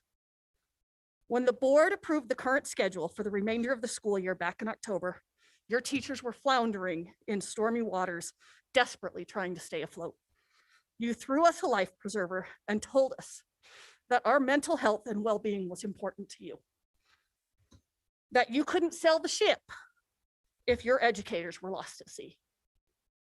Now, when the distant shore, the end of the school year, has been sighted by the lookout, there is talk of having our life preservers taken away so we can drown within sight of the sandy beaches. It's only about 6 more Fridays, 6 more weeks of smooth sailing, or chumming in chaos. This may seem overly dramatic, but it is not. This is how it feels to even contemplate having Virtual Fridays removed at this point. I urge you to stay the course for this year. Keep the Virtual Friday schedule, and please, please, just help us reach the shore. Thank you. Thank you. Okay, Kurt Kleckner on the telephone, and then Abigail Simmons and Ashton Pelly. And please correct me if I've mispronounced your names when you come to the microphone. Kurt. Thank you for the opportunity to speak. I would like to express my support to returning to a 5-day schedule. I have seen my boys and many of their friends struggle with feeling that their 5th day of online education has been productive for them. I see many students laugh at it and treat it almost as a first of 2 Saturdays. I understand the reasoning to move to this 4 days in person, 1 day online was to help and assist teachers and also prevent spread during this pandemic. I applaud and appreciate all the effort that the teachers have put in, and as families and students, we've done our best to stand by them and help them and support them in this effort. But like was mentioned during the recognition portion, the numbers of the state and the progress that we've made during this pandemic, it seems that we are very much on the road to recovery. And just as those immunizations were a step on the path to recovery, I believe returning to a 5-day in-person schedule is another step on that path. Our students deserve that. I've seen a lot of reports in the news, and I've seen it mentioned in the presentation for this discussion that students struggle with online engagement. I don't know why we'd want to continue with the format that many students struggle with if presented with an option to change and to do better. We've stood by the school district and the teachers, and I know this may be a challenging transition, but as students and their families, we ask that the teachers in the district now stand by us and help move on this path to recovery. I understand it may only be 6 weeks and it may seem small, but it may be a symbolic step towards the path to returning to normal educational procedures and activities. And I think that change towards normalcy is something that all students would find comfort and support in. The infection rates are dropping, educators have been immunized, and the general public increases by the thousands each day with those who have been immunized. I believe that now is an opportunity to move back towards normalcy and again provide additional supports and help to those students that need it, and to get students back in the classrooms and engaged on a more regular basis with their teachers. Thank you for your time. Thank you. Okay, Abigail Simmons and Ashton Pelly, and then Brandon Wolf, who will join us on the phone. Just to confirm, we have 2 minutes each, right? Okay. Thank you. Can everyone hear me? Okay. Esteemed board members, our names are Abby Simmons and Ashton Pelly, and we come to you as AP students from Jordan High School. As the end of the quarter is approaching, we understand that decisions must be made on whether or not to keep Friday as a remote learning day. We strongly encourage that Friday remain this way. To reintroduce myself, my name is Ashton, and I'm a senior at Jordan High. I am also the school's student body advocate. I have taken 8 AP classes in my high school career, as long as passing all the tests. This year, I am taking 4 additional tests. I have also been a part of the Spanish dual immersion program for 12 years, with the last 3 taking classes in the University of Utah's Bridge program. I see no significant value of adding 2 more days of reviews. Our teachers have been fantastic in providing us materials and assignments on Fridays in preparations for our exams in May. Adding these 2 days would provide no benefits in regard to AP test preparation. Beyond academics, I have seen and heard from my peers that at-home Fridays provide not only a day to work remotely, but a day that provides additional mental health benefits. As a member of Jordan's student body officers, I have seen firsthand the academic and mental toll that this year has taken on my peers. My role as student body advocate involves speaking up for my fellow beat diggers, and I speak on behalf of Jordan's student government when I say returning to a 5-day in-person schedule would add unnecessary stress to myself and my peers. Students have faced unprecedented circumstances this year, which has undoubtedly taken a toll on the mental health of many, including my own. Fridays as a whole provide an environment where all types of students have the opportunity to work at their own pace, which has become a crucial factor in the learning process, as has been highlighted throughout the pandemic. Abby will momentarily elaborate on the academic benefits that we both have seen from remote Fridays. The mental well-being of students deserves to be at the forefront of discussion surrounding whether or not students should attend in-person class on Friday. Returning to a 5-day in-person schedule would quite simply do the opposite. As you make your vote on whether or not to return to Fridays, I encourage you to take into account the mental well-being of students across the district. Thank you. Thank you. Hi. Oh, sorry. Hi. Can you guys hear me? Is it on? Yes. Yeah. Closer. There we go. Yes. Okay. Sorry, guys. I'm also a senior at Jordan High School, like Ashton. I've taken 4 AP classes in my high school career, and I'm having passed all those tests. I'm taking an additional 3 this year. So Ashton, I fully understand the academic implications of these Fridays. I've also been a student of the dual immersion program for 12 years in the very beginning of its implementation. And I'm now in the University of Utah Bridge course. And I've been in those classes for 3 years. Like Ashton, I see no benefit to the addition of 2 days of reviews that would result from returning to school on Fridays, as we can accomplish the same things in our own homes. I'd like to mention that I've been extremely grateful for at-home Fridays. The coronavirus is scary. It's been rampant in Utah, and teenagers and children are not being vaccinated as the staff is. We do not have the opportunity to receive the vaccination that teachers and staff have, because for most of us, we're not old enough. So returning to school on Friday, while some students may benefit, the virus would get worse just because we cannot get vaccinated. But to go on to the academic side, with at-home Fridays, my peers and I have been able to accomplish so much more schoolwork than we were able to before. I personally spent hours on Friday working on my homework, and returning to school for 5-day weeks would greatly reduce my time to get homework done. Fridays have also been crucial to college and scholarship applications that my classmates and I are working on. Because we have an extra day to work on assignments, we've been more able to effectively balance our schoolwork and scholarship applications. One important thing to recognize is that teachers do not leave students to fend for themselves on Fridays. Students are able to come into schools, they're able to make appointments, participate in Zoom meetings for one-on-one help from teachers, which has been proven to be extremely beneficial to students around the district.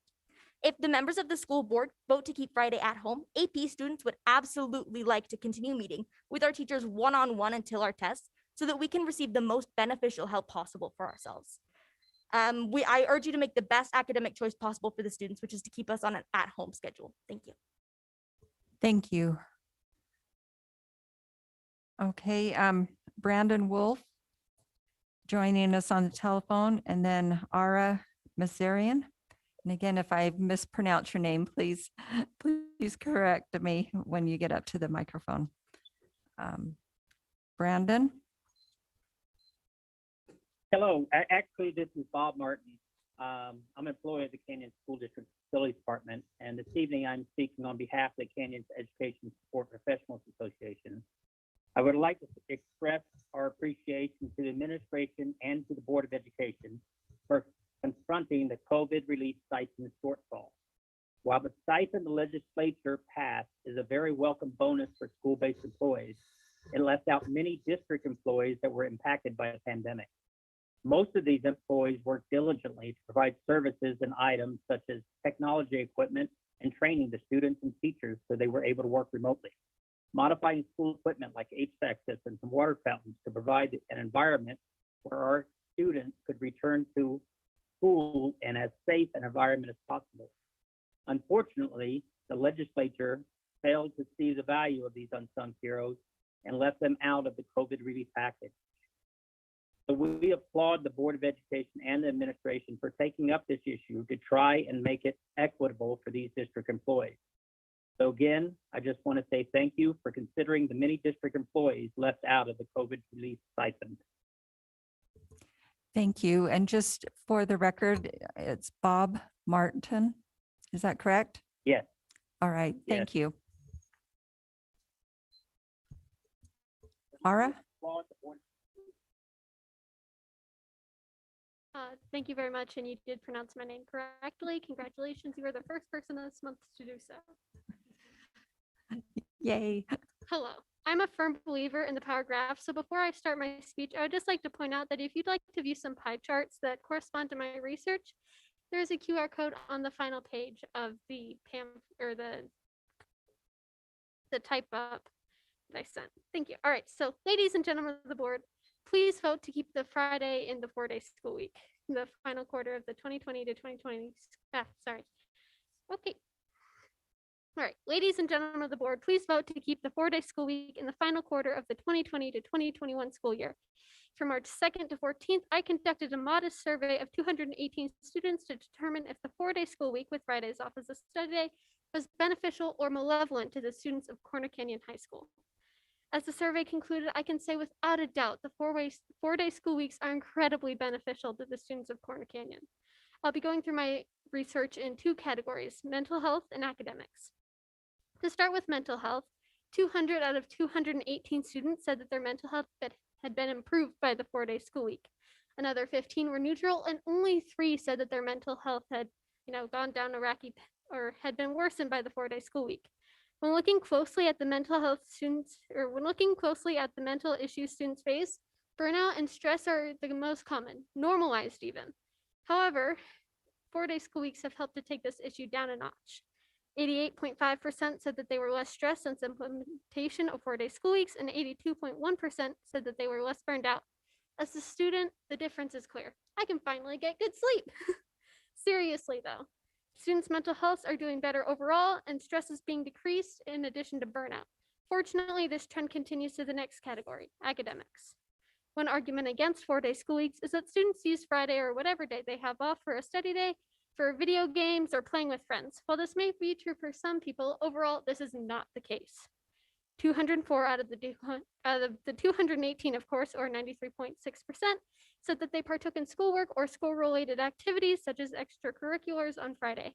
This day is not going to waste. For many students, Fridays are a day of study and rigor. The best part about these days is that, if need be, students can get help. Am I allowed to have 30 more seconds? Yes, please finish. Great, thank you. 89.4% said that they had utilized the resources available on Fridays, such as meeting with a teacher over Zoom, emailing a teacher for help, or physically coming into the school. Again, this day is not going to waste and is needed by the student body. When asked if Fridays off had helped or hurt students' academic understanding, 78.9% of students reported that their academic understanding was improved by the 4-day school week, and 76.1% said their academic performance was improved. Having Fridays off as a study day where teachers are imminently available is incredibly beneficial to the student body, and I urge you to keep Fridays in the schedule for the final quarter of the 2020 to 2021 school year. Thank you for listening and have a good day. Thank you. Okay, that concludes our patron comments for this evening, and we so appreciate those that have taken the time to address the board on these matters that are important to them. So, and providing their perspective to us, we appreciate that. Okay, next on our agenda are the consent items. So I will ask for a motion to approve the items on the consent agenda. And in making that motion, will you please read each of these items? Thank you.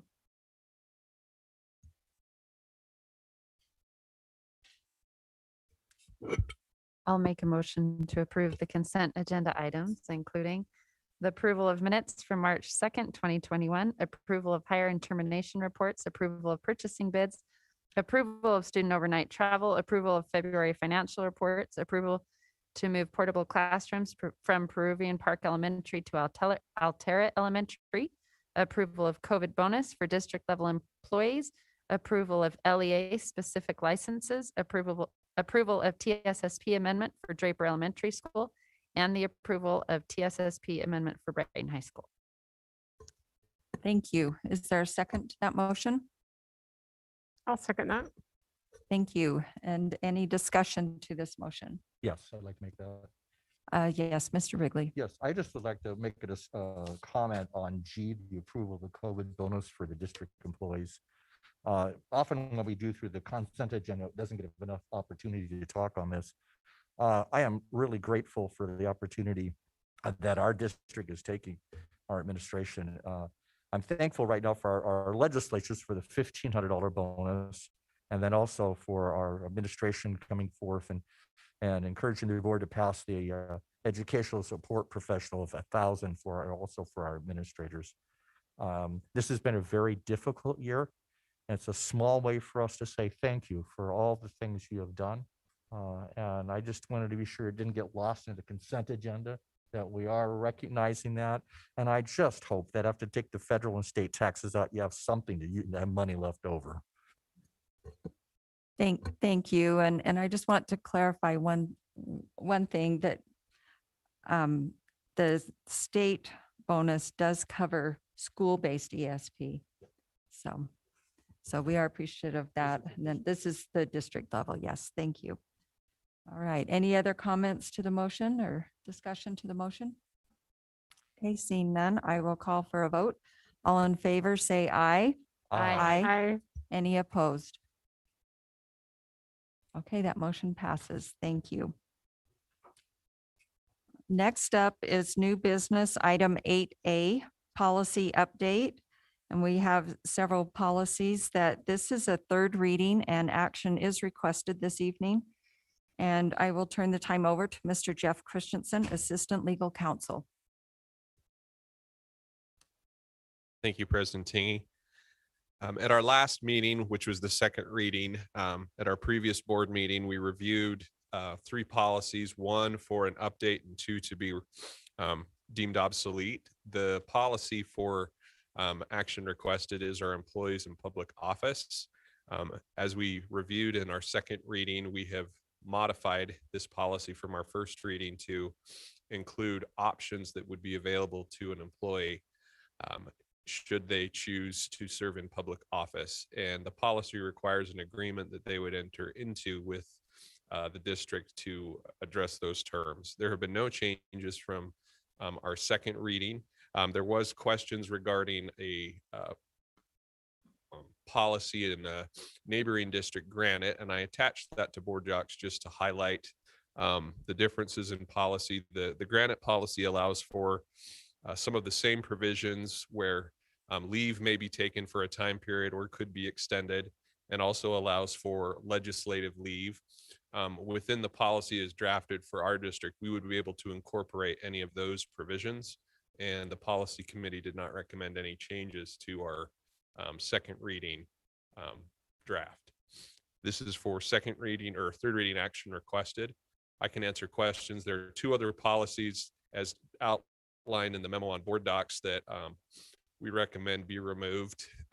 They are addressed in other areas in our policy manual where the language is no longer applicable as we're moving through the policy review. I can answer questions as appropriate. Board questions, anyone? No?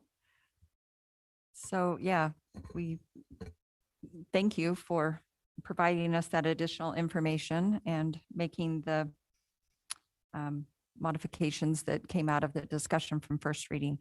So with that, this is an action requested item, and I will ask for a motion.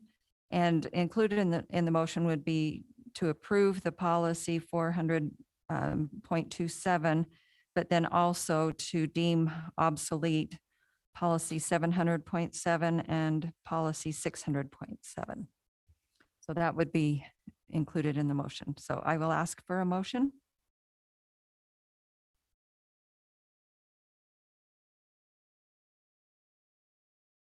I guess I'll go ahead and make that motion.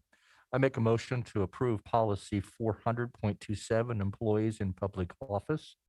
Also in this motion, I make a motion to make obsolete policy 600.7 on kindergarten program and policy 700.7 on school community contest and special programs. Thank you. Is there a second to that motion? I'll second that. Thank you. And now any discussion to the motion? Okay, seeing none, I'll call for the vote. All in favor, say aye. Aye. Aye. Any opposed? That motion passes. Thank you. Thank you, members of the board. Thank you, Mr. Christensen. Appreciate your work. Okay, next item is item 8B, 2021-2022 fee schedule. This also is the third reading with action requested, and I will turn the time over to Mr. Gary Warwood, Director of Accounting. Thank you, President. Thank you thank the board. As you said, this is the third reading and does require action. Just to go over what we have talked about, what we did since the last board meeting. On March 8th of 2021, the district sent out a Sky Alert in English and in Spanish to all parents and students. And this Sky Alert included that the board meeting today, we're going to look at proposed school fees will be considered and provide information on how to attend the board meeting in person or virtually, provided the web location on the fee schedule at each location. Also that the Chromebook fee has been removed and listed the principal's name and email so that they could send comments if they wanted to. We did receive, well, there were no changes to the proposed fee schedule since the March 2nd board meeting. And all the comments are on the board docs. And there was only two since we received any. And I sent out a message to all the principals saying, hey, if you have any comments, please send them to me. And there was only one comment that was, well, we had two comments.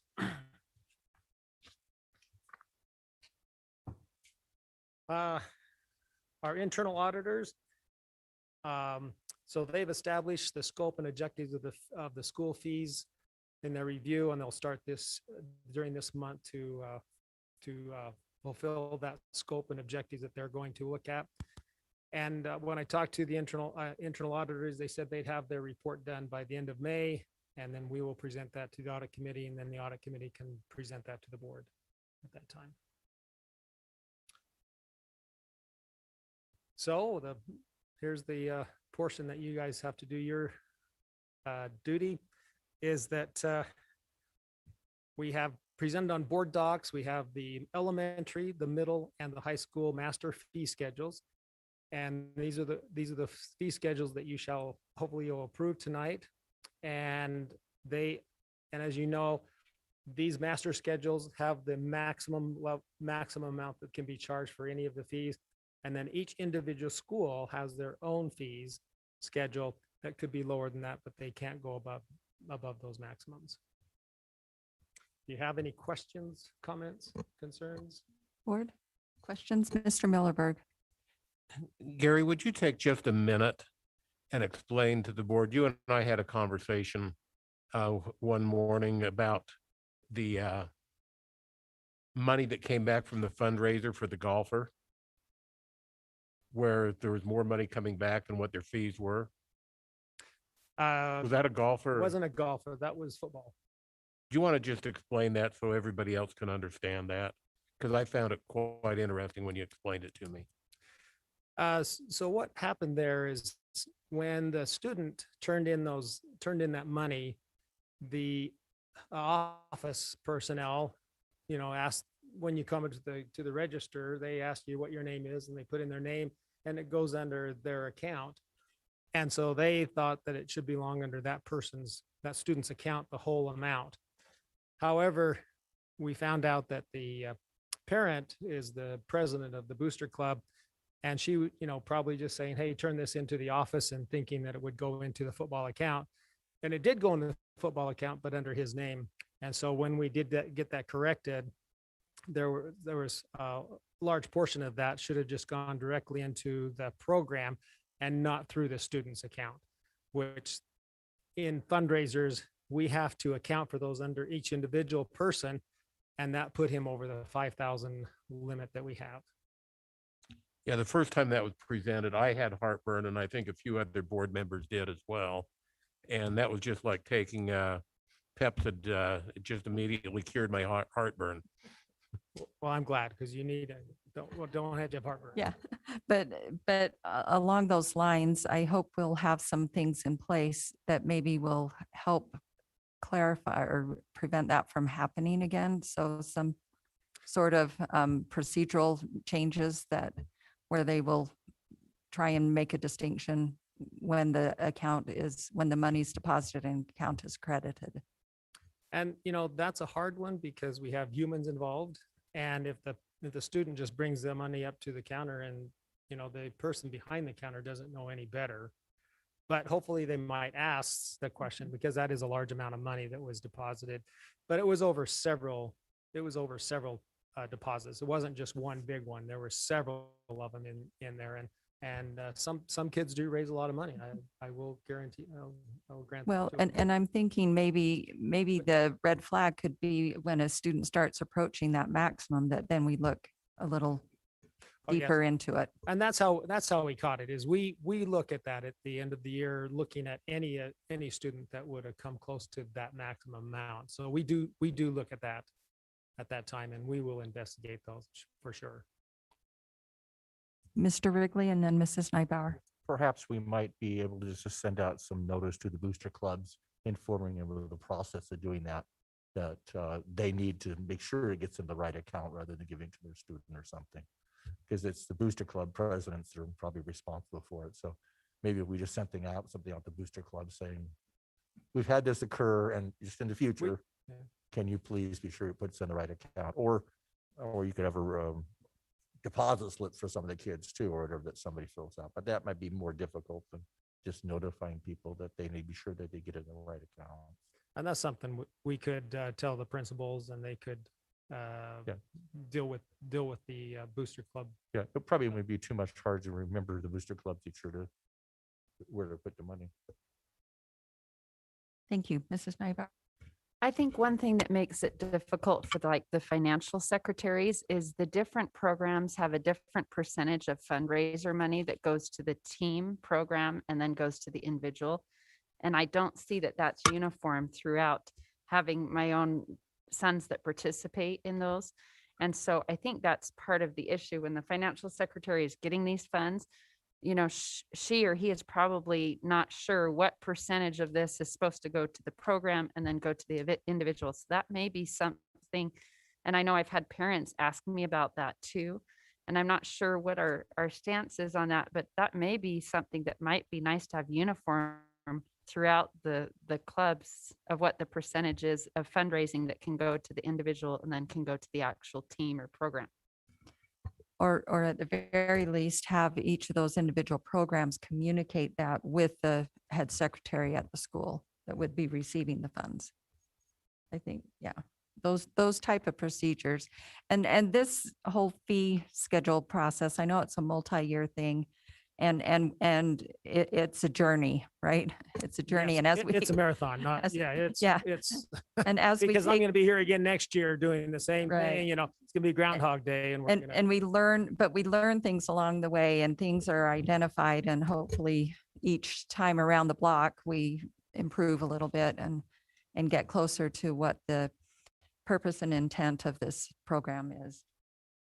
I think we've come a long way since our first encounter with this, with the fee schedule, and it, the IT department has done a great job, and I really like what we have accomplished in the last couple of years. So.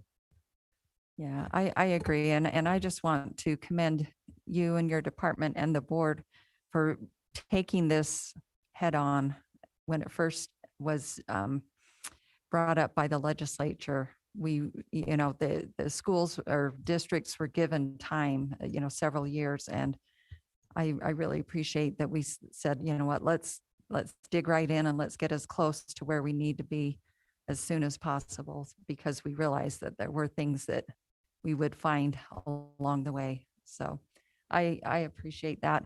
And I just have one comment before I ask for a motion.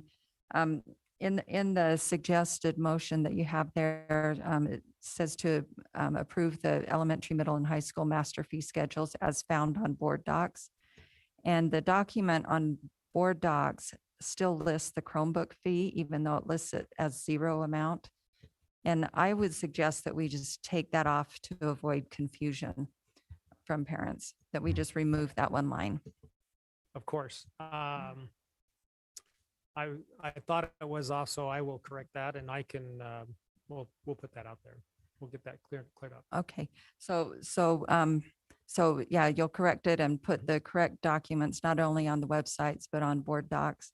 And then I would ask maybe that the motion just clarify that will take place. Everybody okay with that? Okay, any other comments or questions? I would just like to thank the board for all their support and for their direction. Great, thank you. Okay, with that, I will ask for a motion. Is there a motion on this item? Yes, I will make a motion. I move that we approve the 2021-2022 proposed elementary, middle, and high school master fee schedules. And I'm not going to say that last part, but I will say that if there are any schedules out there that have the Chromebook fees, that they will be corrected and Chromebook fees will not be included. I'll second that. Okay, thank you. Okay, we have a motion and a second. Any discussion to this motion? Maybe want to make that specific. It's not we have a lot of Chromebook fees. I mean, we have Chromebook fee for repair and stuff. Are you talking specifically about? That's a fine, not a fee. Okay. That's true. Pardon me. Okay. Any other discussion to this motion? No. Seeing none, I'll call for a vote. All in favor, say aye. Aye. Thank you. Any opposed? All right, that motion passes. Thank you. Thank you for your time. Thank you. Okay, next item is item 8C, the 2021-2022 bell schedule. This is a second reading with possible action. I will turn the time over to Leon Wilcox, Business Administrator. Just want to thank Gary for all his work and his department, Marie and Shauna, for all their work with the fee schedule and really all our principals and all our financial secretaries. It's really it's a huge team effort. Fees are a big, well, they're a small business. Each high school is equivalent of a small business. Oh, Julie has pulled up the presentation there. I just had to ask, I don't know if you knew why the baby strawberries were sad, because their parents were in a jam. So we will now, got that out of the way, we will now move on. Well, this is our second reading, possible action with our bell schedule. Again, you, as the board, are required to approve each spring the bell schedule for the following year. We talked about some of the issues we have in transportation. Bus driver shortage, we've lost some 20 bus drivers this year. We placed a good chunk, but not all of them back. It's harder to bring them, harder to hire this time of year because they're only going to work a couple months. We do have better success in the summer when they'll have the full year available. So we do pick up more as in the summertime. So with that, obviously we want to try to be as efficient as possible, stacking the runs on each route. Each time a bus leaves their transportation yard, we want it to do as many routes out there as possible. Of course, the bell schedule is a driver with that. And so, you know, as that's compressed at all levels, that makes it a little bit more difficult.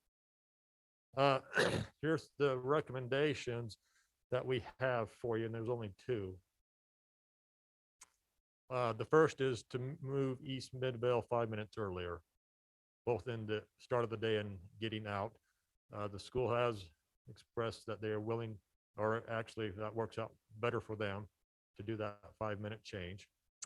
The other one would be Hillcrest. And this is not so much a change. Let me just tell you the quick history behind Hillcrest. Because of COVID issues this year, Hillcrest wanted to start at 7:30. The kids get there, instead of having them gather in the hallways, they wanted to get them out in the classrooms right away. And so that was the plan, that they would start at 7:30 this year, but next year they would move back to 7:45 where they had been previously. And so, but as Principal Levitt met with his SCC last week, they liked the idea of keeping it at 7:30 and continue on with that schedule instead of going back to 7:45. So it is their SCC recommendation to do that. He says, I have to still go get feedback from all my parents and my staff on this, but it is the SCC's recommendation. They do start at 7:30. Either way, we would still like them to leave 5 minutes earlier next year, dismiss at 2:20 rather than 2:25. They will still have enough hours, even though there's not that 990 hour anymore, at least for next year. They would still, even with that, they would still qualify. All other schedules would stay the same. I would always invite, members of the public to look at the bell schedule for each school. Every school does have a listed bell schedule out there. The schools do a very good job of maintaining that. And then we talked about, Mid-Valley has no buses right now, but if they did in the future, that time may need to be adjusted. So that's all the slides I have. Again, this is second reading, possible action by you. If you wanted to, for Hillcrest, you could either do, I think, two options. One would be accept the time as is, as recommended by the SCC, or two, you could just remove Hillcrest and we could bring that back to you at a later date, maybe probably on the consent agenda with what the information that Greg Levitt gets back. So either ways, up to you if you wanted to make a motion. And if you had any questions or comments, please. Okay, questions, comments? I was going to make a motion, but. Okay, I just want to, Mr. Wrigley, did you have a question? Just quick. So moving it, does that make any difference in the bus schedule in Hillcrest? It does. Because, That's our our buses are recommendation. running really tight. Hillcrest, a lot of the buses, Hillcrest is our heaviest bused high school. And so once they leave, it really impacts lots of other schools because we have, a dozen or so buses that go to Hillcrest, more than the other high schools. And it gets them out quicker mainly in the afternoon. So some of these buses that go to Hillcrest still go up to as far away as Granite Elementary. So that So helps them moving get it up from there. 7:30 to 7:45, does that affect any bus It schedule doesn't about necessarily how affect, many it's schools? more, the morning doesn't affect it really either way Doesn't make any difference in the morning. in the busing either way. And what's the 220 for? Why 220 220 helps and them get- 225? The 5 minutes really helps them get up to some of these elementary schools on the east bench, like Granite Elementary. So we're giving a little more time Yeah, for the they're buses usually to not get to the quite other at school. Granite when the bell rings, and that's part of the problem. Understand. So if they could get out 5 minutes earlier, that would help. We do hope, of course, Hillcrest will have a new in and out bus entrance only next year, which we do hope that will get them out into the, be able to drop off the students a little bit quicker. Thank you. That's the main reason. Okay, and then just procedurally on that one, if we were to approve the 7:30 time as shown on our documents, and they come back and want a 7:45 start, then we can, like you said, we could bring that back as a consent item. Yeah, I would say as an amendment on the consent agenda. Mhm. Okay, Mrs. Schill? So I don't, maybe you don't know this, but I mean, with all the talk about moving high school later, I'm just curious why their SEC wants to keep it at 7:30 versus going back. I think part of the reason is we still have to, to get to, again, it goes back to that stacking of routes. And to get the kids there, a lot of those buses still get there around 7:10. And so that way. So the kids are already there. Kids are already there. Yeah. So they might as well start. Yeah. Okay. That makes sense. Yeah, I attended that SCC and that was a big deal to the parents because the kids would cluster in there and they would have over a half an hour to just roam the hall. And the SCC and Principal Levitt both felt like it was a better use of time to start at 7:30 when the kids are already there. Okay, Mrs. Nybauer?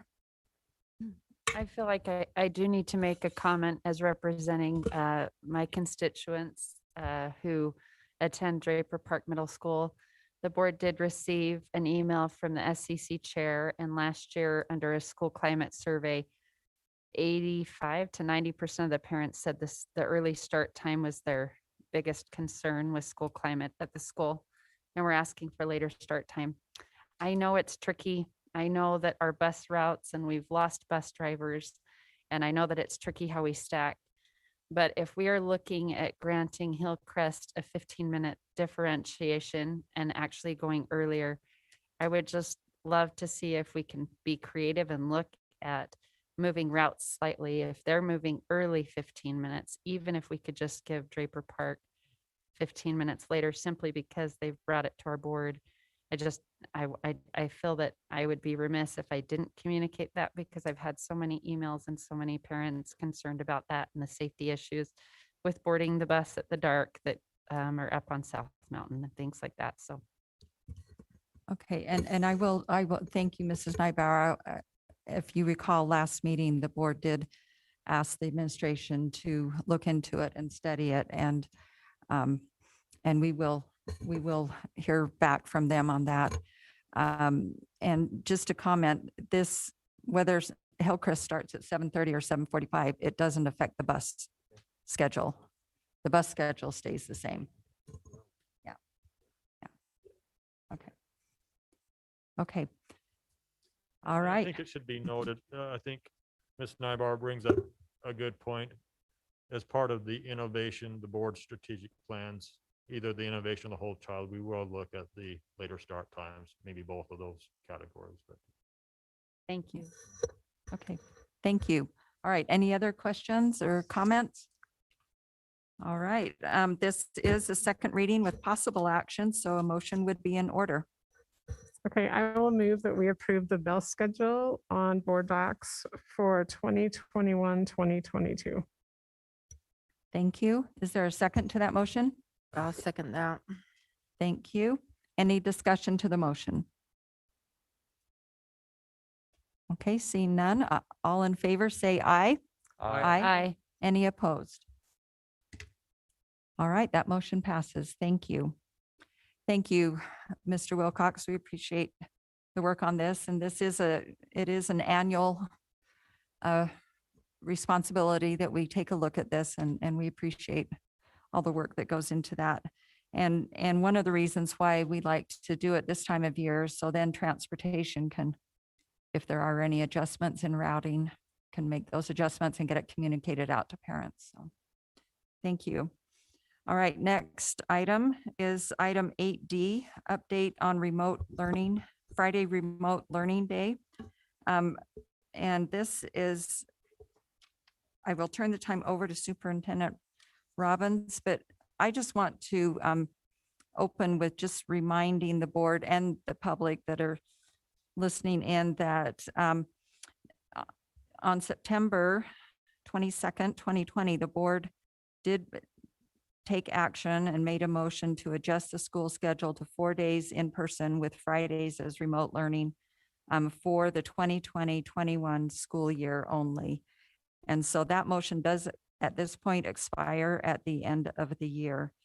And at that time, the board asked for a report on the program in December. And then we received that report in December, and then in December asked for a report in March. And we received that report at the last board meeting.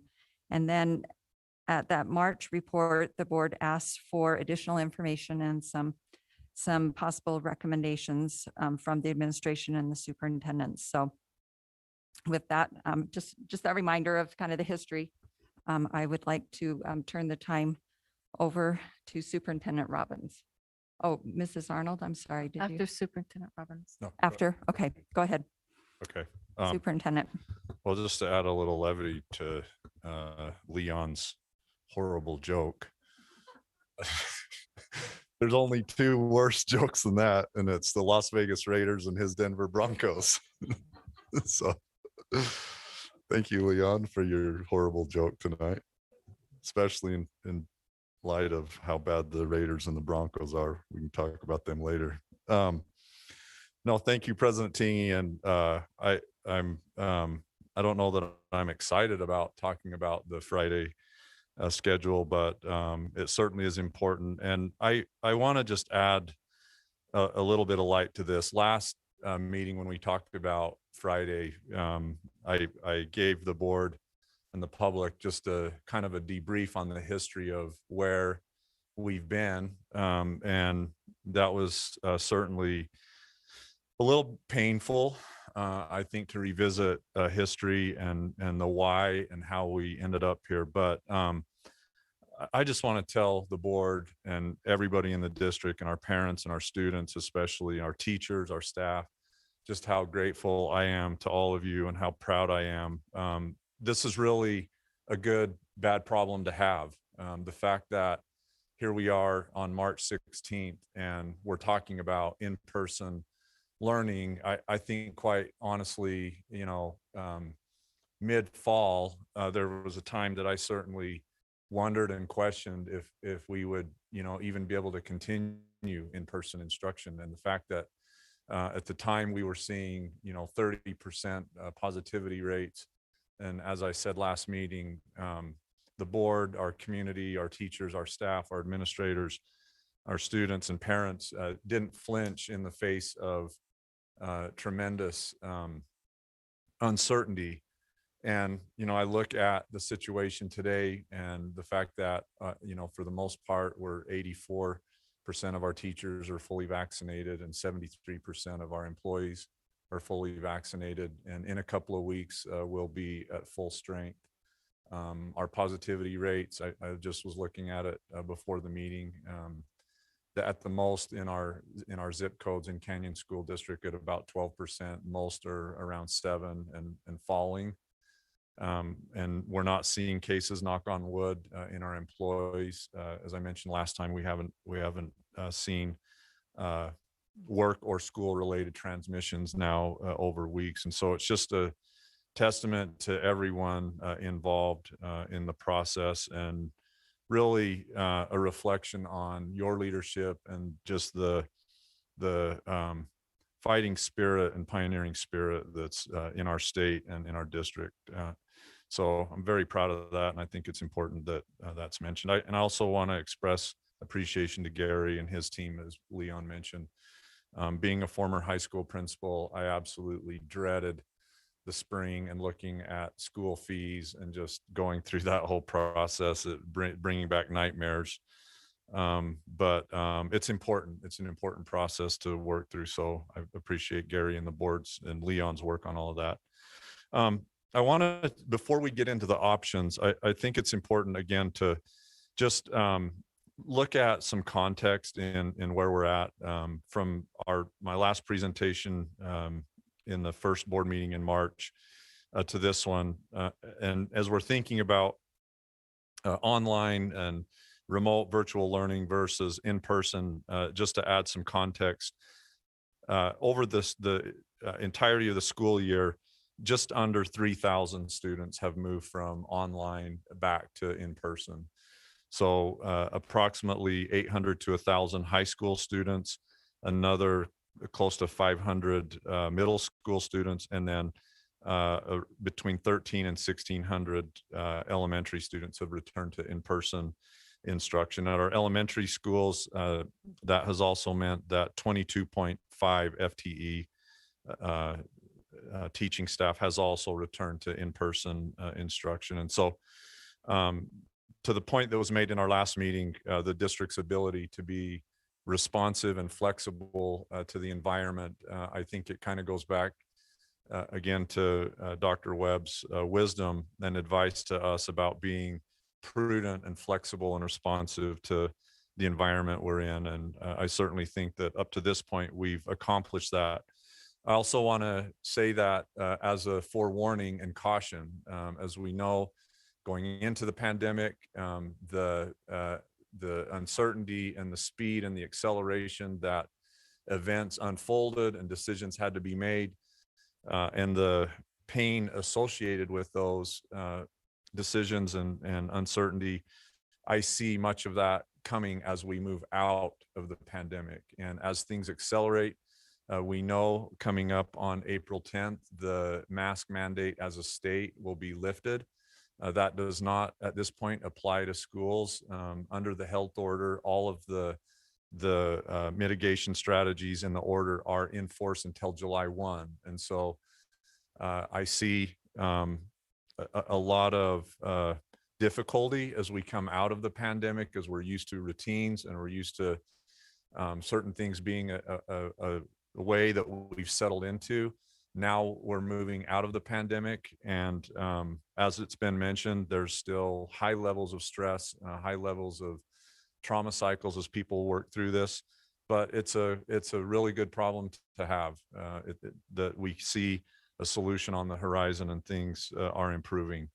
I'd also like to just clarify, and I've mentioned this at a couple of previous board meetings, and unless the board directs me otherwise, but to separate these final couple of months of school with next fall. And unless there's different direction from the board, we will be returning to 5 days of instruction in the fall of 2021. And I know I've mentioned that already at a couple of board meetings, but I again want to just clarify that position as superintendent unless the board otherwise directs, and it's certainly your prerogative and purview to do so. I just want to mention before we get into the options that there are already underway a lot of terrific interventions and supports happening with our students. And many of those things have already been mentioned. I don't need to rehash all of that. All of the emails that we receive from parents and students and teachers about just the heroic efforts that people have made. And I say that, I mentioned this before, in a crisis, it really is much like the fog of war, as people are dealing with all kinds of stressors and circumstances. But people have really stepped up to make extraordinary efforts on behalf of our students. And part of those interventions have been outreach to students and parents, Already, many of our schools are including small group interventions and targeted interventions for students. Individual tutoring has been provided, online support on Canvas. And so it definitely, the needle is moving from Friday being remote virtual, really more to a combination of in-person and virtual. And I think that's something that going forward, no matter what the option is that the board determines to move forward with, is just continuing to improve that consistency and access to teachers on Friday, just not only support academic growth and intervention, but also acceleration for our students that would like to move ahead, as well as mental health. I'm just so grateful of the fact that many of our programs have continued to move forward during the pandemic. We've continued to try to provide those opportunities to our students to really build their mental health supports. This segues right into our summer intervention program and I want to tell our team, school performance and ISD, and our team and cabinet members that have all been involved in planning this, and our teachers and principals for helping to support this. This really segues into three elements of intervention into the summer. The first one is digital learning access. So all of the platforms that our parents have utilized this year, that might include Lexia, Imagine Learning, iReady, Dreambox, ST Math. All of those supports will be available to our students this summer. And one of the things that we're planning to do is all of our students, at least K-8, will receive some benchmark data before the school year ends. So our parents will know exactly where those gaps are, and some suggestions for intervention and acceleration over the summer.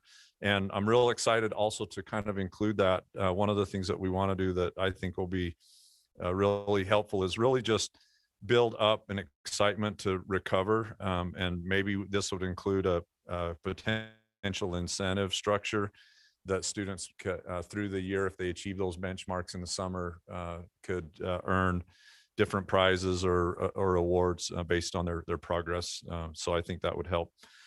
Before the school year ends too, along those, not in the digital arena, but I failed to mention another element that I'd really like to see is that we open our schools to volunteer service again.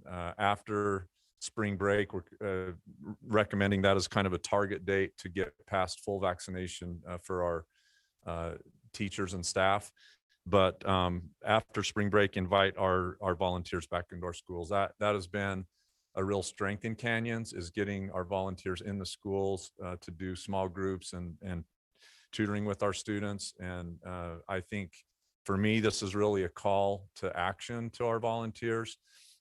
We would ask them after spring break if they have either their vaccination card and or they'd be willing to do a rapid antigen test at the district within 48 hours.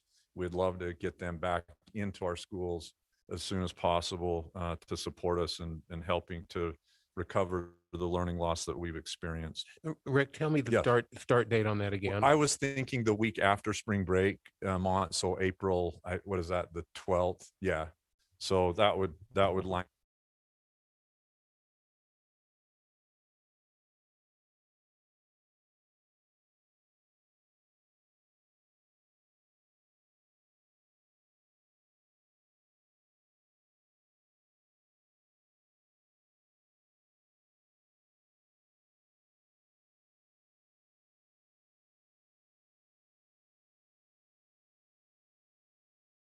This is exciting.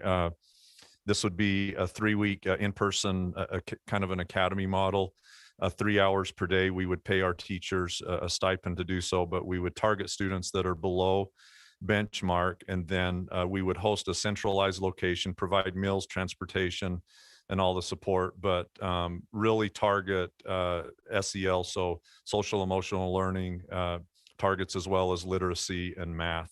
And then we would also apply kind of a positive behavior intervention support structure to incentivize it, so students could earn points or tickets that they could use like as an in-store with an in-store opportunity. Hopefully, the foundation and Denise would be willing to support that and maybe get local community support as well to help us with our initiative to get our kids back on track. And then lastly, we've talked a little bit about this before, but really targeting high school credit recovery. And I appreciate all of our principals at every level. Our high school principals are planning to do a centralized high school credit recovery at 8 sessions at Jordan High this summer. And this would be June through August. And we would target high school credit recovery, as mentioned before, instead of looking at students trying to retake the entire course, we would look at learning targets and modules that they're deficient in to get them up to speed and get the credits that they need earned so that they can make progress toward graduation. And we would also allocate a stipend for this. Also along the lines of wellness, as we know, many of our students have had deficiencies over the last year, whether it's dental, vision, hearing, or medical or mental health support. And I would like to see us ramp up those mobile efforts in the summer, especially at our most impacted schools and areas to provide more of those supports. All of this falls within the boundaries of ESSER recovery funds. I think this is a great way to utilize these resources to help get our students back up to speed. So we can come back to that for questions on that, but I just wanted to interject that as we kind of get into the options, because I think all of these intervention strategies could be applied really to any of the options that we might look at. So I would recommend to the board there's potentially 4 options to consider at your discretion that we look at. Maintaining the existing schedule for those final 6 weeks, beginning with the Friday after spring break. And I talked a little bit about, what that might look like with some of the interventions that are in place, as well as moving into the summer. In that first one, we'll get to that on pros and cons. I guess I'm kind of ahead of myself. The second one would be to launch a targeted Friday support day, which in this case, we would target students that are in most need, run buses and provide food services, both breakfast and lunch across the board, but it would be targeted and not required of all students. The third would be the split. We talked a little bit about this in last board meeting, a potential split between our elementary schools coming back on a modified schedule on Friday and our high schools maintaining the existing schedule. And then finally, potentially moving all schools back to a modified in-person Friday schedule. And so with that, I don't know that we want to spend a ton of time on all of the pros and cons. I think in the last meeting, we talked about that. Many of the issues, and reasons for any of these proposals have also been shared tonight. And I appreciate all of the input. So to maintain the existing schedule, you can kind of see some of those pros and cons for the last 6 weeks. I think one thing I would add to that is, as I mentioned, trying to improve on consistency and access to our teachers and staff during that time. And that would really allow our teachers an opportunity to maintain an online presence for those students that need online, but also provide in-person supports for those that need to come into the school. And then we've mentioned this in the cons, there's been pockets of just greatness, but we've also had inconsistency across the board on how that's been applied during the pandemic. And then you can also see just at the bottom there, the potential issue in returning to full-time and just how that may affect. I know we have within our ESP ranks, schedules have been built around the 4-day week. And so it would take some time, not that, we couldn't do it, but it would take time to change if we went away from this. intervention Friday. So this is the targeted Friday that we've talked about, potentially targeting our most at-risk students identified by the schools, and then really trying to hone in on those learning gaps and bringing those students in if possible. One of the issues that I see with this, and I hadn't really thought this through in the beginning, is that if we do a targeted model, one of the cons may be is that if our teachers are really honing in their support for those students that need the targeted intervention, that it may take away from how they're supporting students online. Not that it can't be done. I mean, our teachers have been absolutely amazing in what they've been able to do, but we do have many students that are receiving online support that may not be able to come in for whatever reasons. And so that may be a little bit of an issue. There may also be some equity issues just for workload and how many students or one teacher's providing service for targeted intervention versus others. So you can see there also just on the lines of changing services in custodial nutrition and transportation, that there would need to be some time to change those routines and plans. The split schedule. So as we've talked about before, some of the issues just with our teachers teaching in different modalities is largely concentrated in our secondary schools, where we still have teachers teaching online and in person. At the elementary level, it's a little different. I definitely would not qualify that as any less stress. I think, you know, whether you're an elementary teacher or a middle or high school teacher, you have a complete different set of stressors and expectations. And so, you know, I don't think it's fair to really qualify it that way. But there's also a reality to the situation, and that is that our elementaries have seen very few cases, and we have not moved an elementary to virtual this year. And so in that regard, there has been less, not diminished or completely removed, but there's been less of the dual modality situation than there has been in secondary schools. So in this situation, elementaries would come back on a modified 5-day per week schedule. Secondary schools would maintain their current Fridays. Although I think in addition, we would open our schools on Fridays to students for more in-person as well as online support. And then lastly, all schools coming back fully on a modified schedule. And definitely would be some stress with this across the board. It may be actually the most equitable of all of our plans, but definitely, you know, this would be a heavy lift. And you know, as I said, we're talking about the final 6 weeks. I'm confident that we can ramp up and give our students all of the support that they need, and we get back to the 5-day a week schedule in the fall. So there's pluses and minuses to this one as well, as you can see. So that's kind of it in a nutshell. Definitely want to give the board as much time as you need to ask questions. Thank you, Superintendent. That's some great information. It looks like we have some questions. We'll start with Mrs. Arnold and then Mrs. Nybauer. Mont, I raised my hand because I actually have a story, Mont, a story. You always have the stories. Okay, well, let's have a story night then, I guess.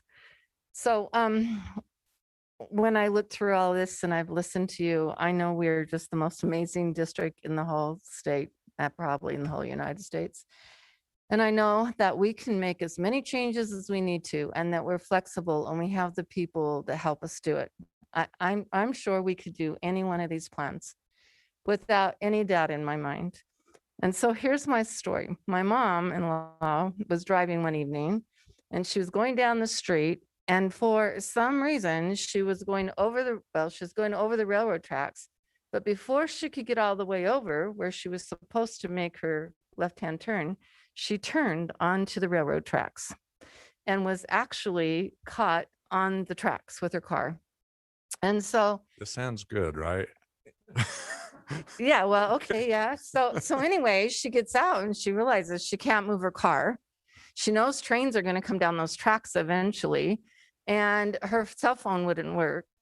And so some guy came along and he helped her get a call made to the police, and the police called the people to get the trains to stop. And there were two coming that both directions within minutes, and they get everything cleared off. So hopefully they can stop the trains before they hit her car. So all of that did happen within minutes. I just want you to know, and the car was saved and they moved the car. And after that, her children decided that she shouldn't drive anymore and they took the car away.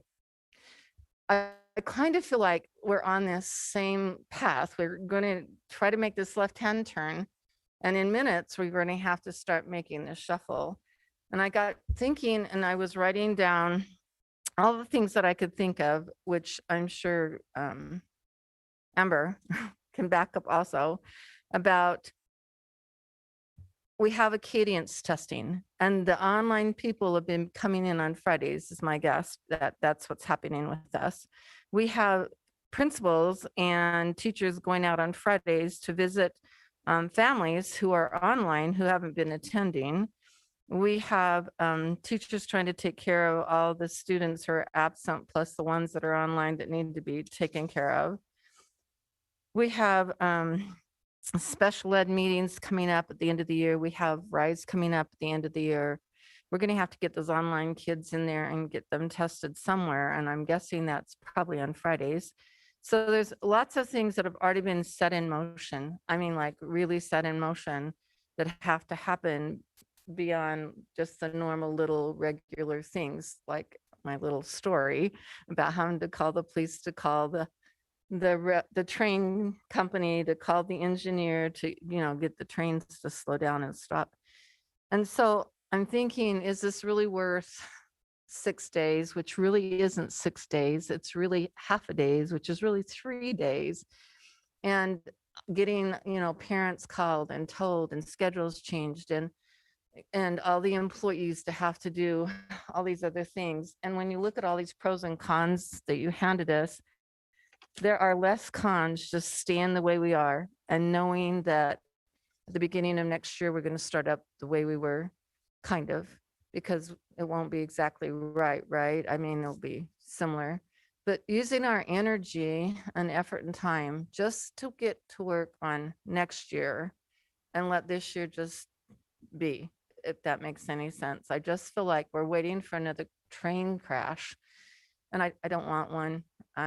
Emotionally, mentally, physically, I don't think I'm up to listening, and I've already seen all the emails. I think I had 120 this week. I know that we need to get them back. I know we need to get them back on track. I know that we need to fix the holes. We can do it. Yeah. But I think we just need to get through this little extra piece that we have, and then use our time to figure out how we're going to do that. How are we going to fix the little holes that we have? I think our students are making great gains. They're not perfect. They're not as great as the years before, but we've done an awesome job of trying to take care of something that we had no control over. So that's just my input. Thank you, Clary. Thank you. Mrs. Neubauer? Thank you so much for your comments, Clarine. I do agree with you. There's a lot of things that have been set in motion, including CTEC students with maybe internships or externships, and a lot of curriculum mapping that's gone on throughout the year. I first want to make mention, Clarine mentioned she's had over 100 emails. I don't know that I've had double that, but I may have. I want to first acknowledge that I have received a lot of emails from parents, begging us to go back to Fridays, feeling frustrated that the quality of education, it's not an instructional day, feeling frustrated that maybe their children aren't making the most of those days.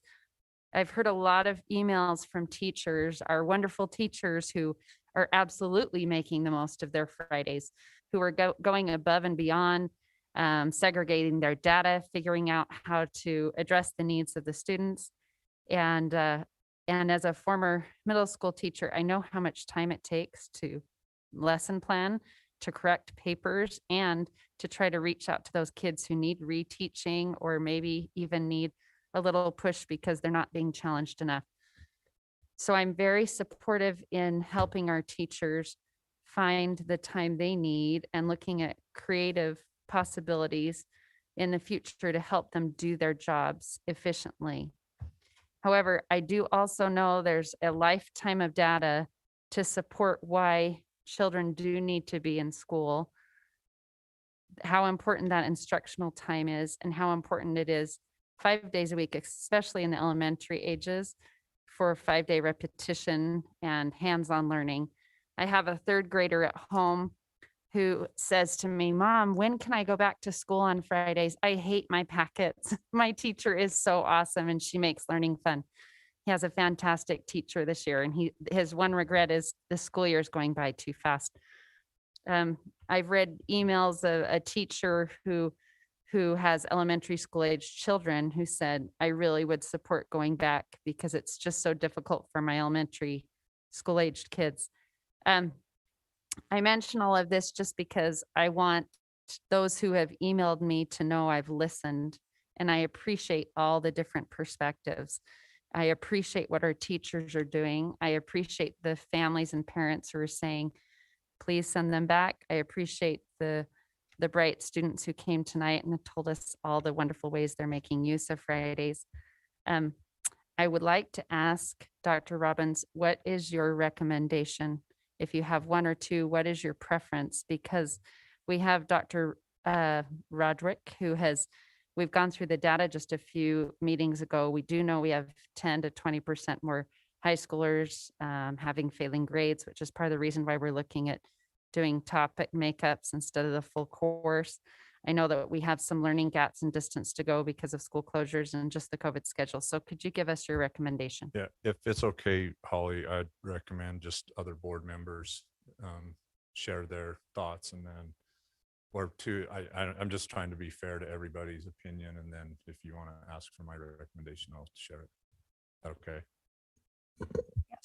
Yes. Thank you. Okay, Mrs. Schill. Oh, sorry, were you finished, Holly? Okay. So Mrs. Schill and then Mr. Milleberg.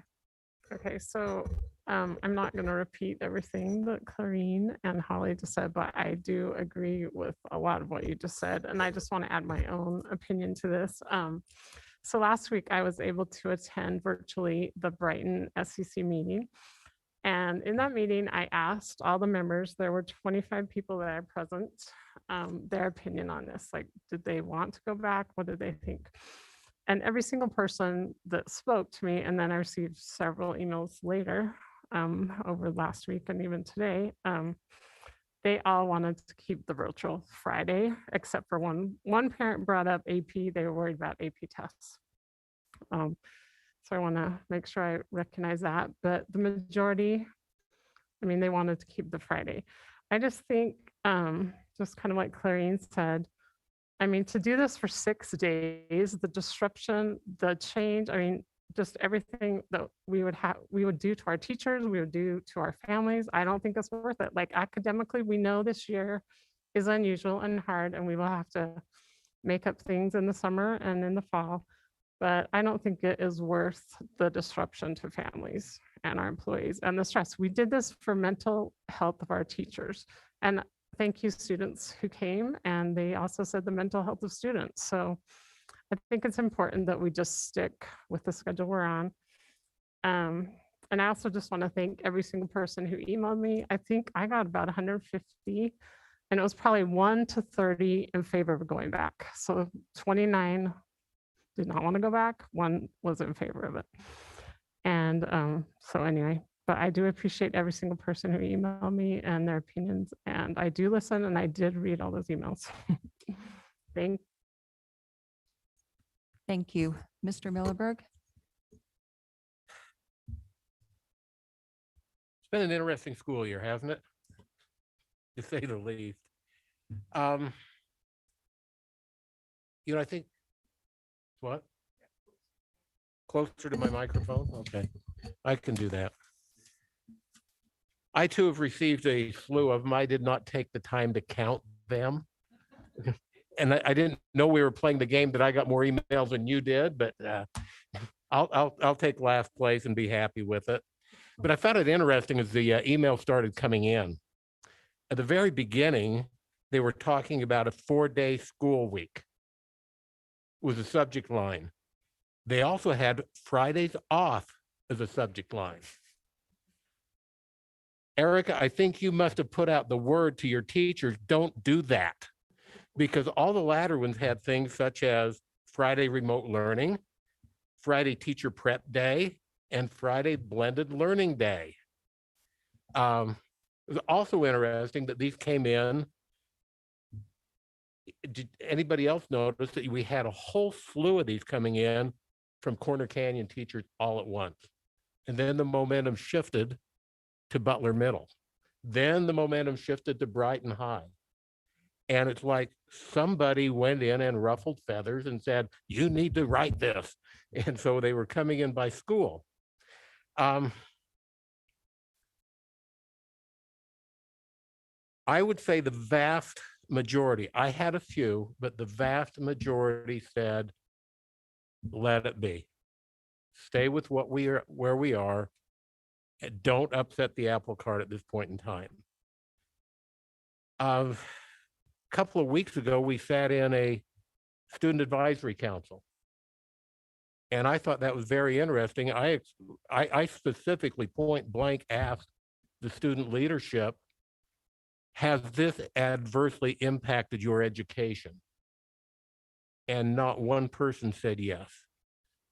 All of the students on the advisory council said, this has been advantageous. We love having Fridays. We get more done on Fridays. We do a lot of good things. We can get one-on-one with our teachers on Friday. And I was very surprised that they felt like their education had not been harmed. One concern I have, I mentioned I attended the Hillcrest SEC last week. We had in person did a tour of the beautiful new school under construction.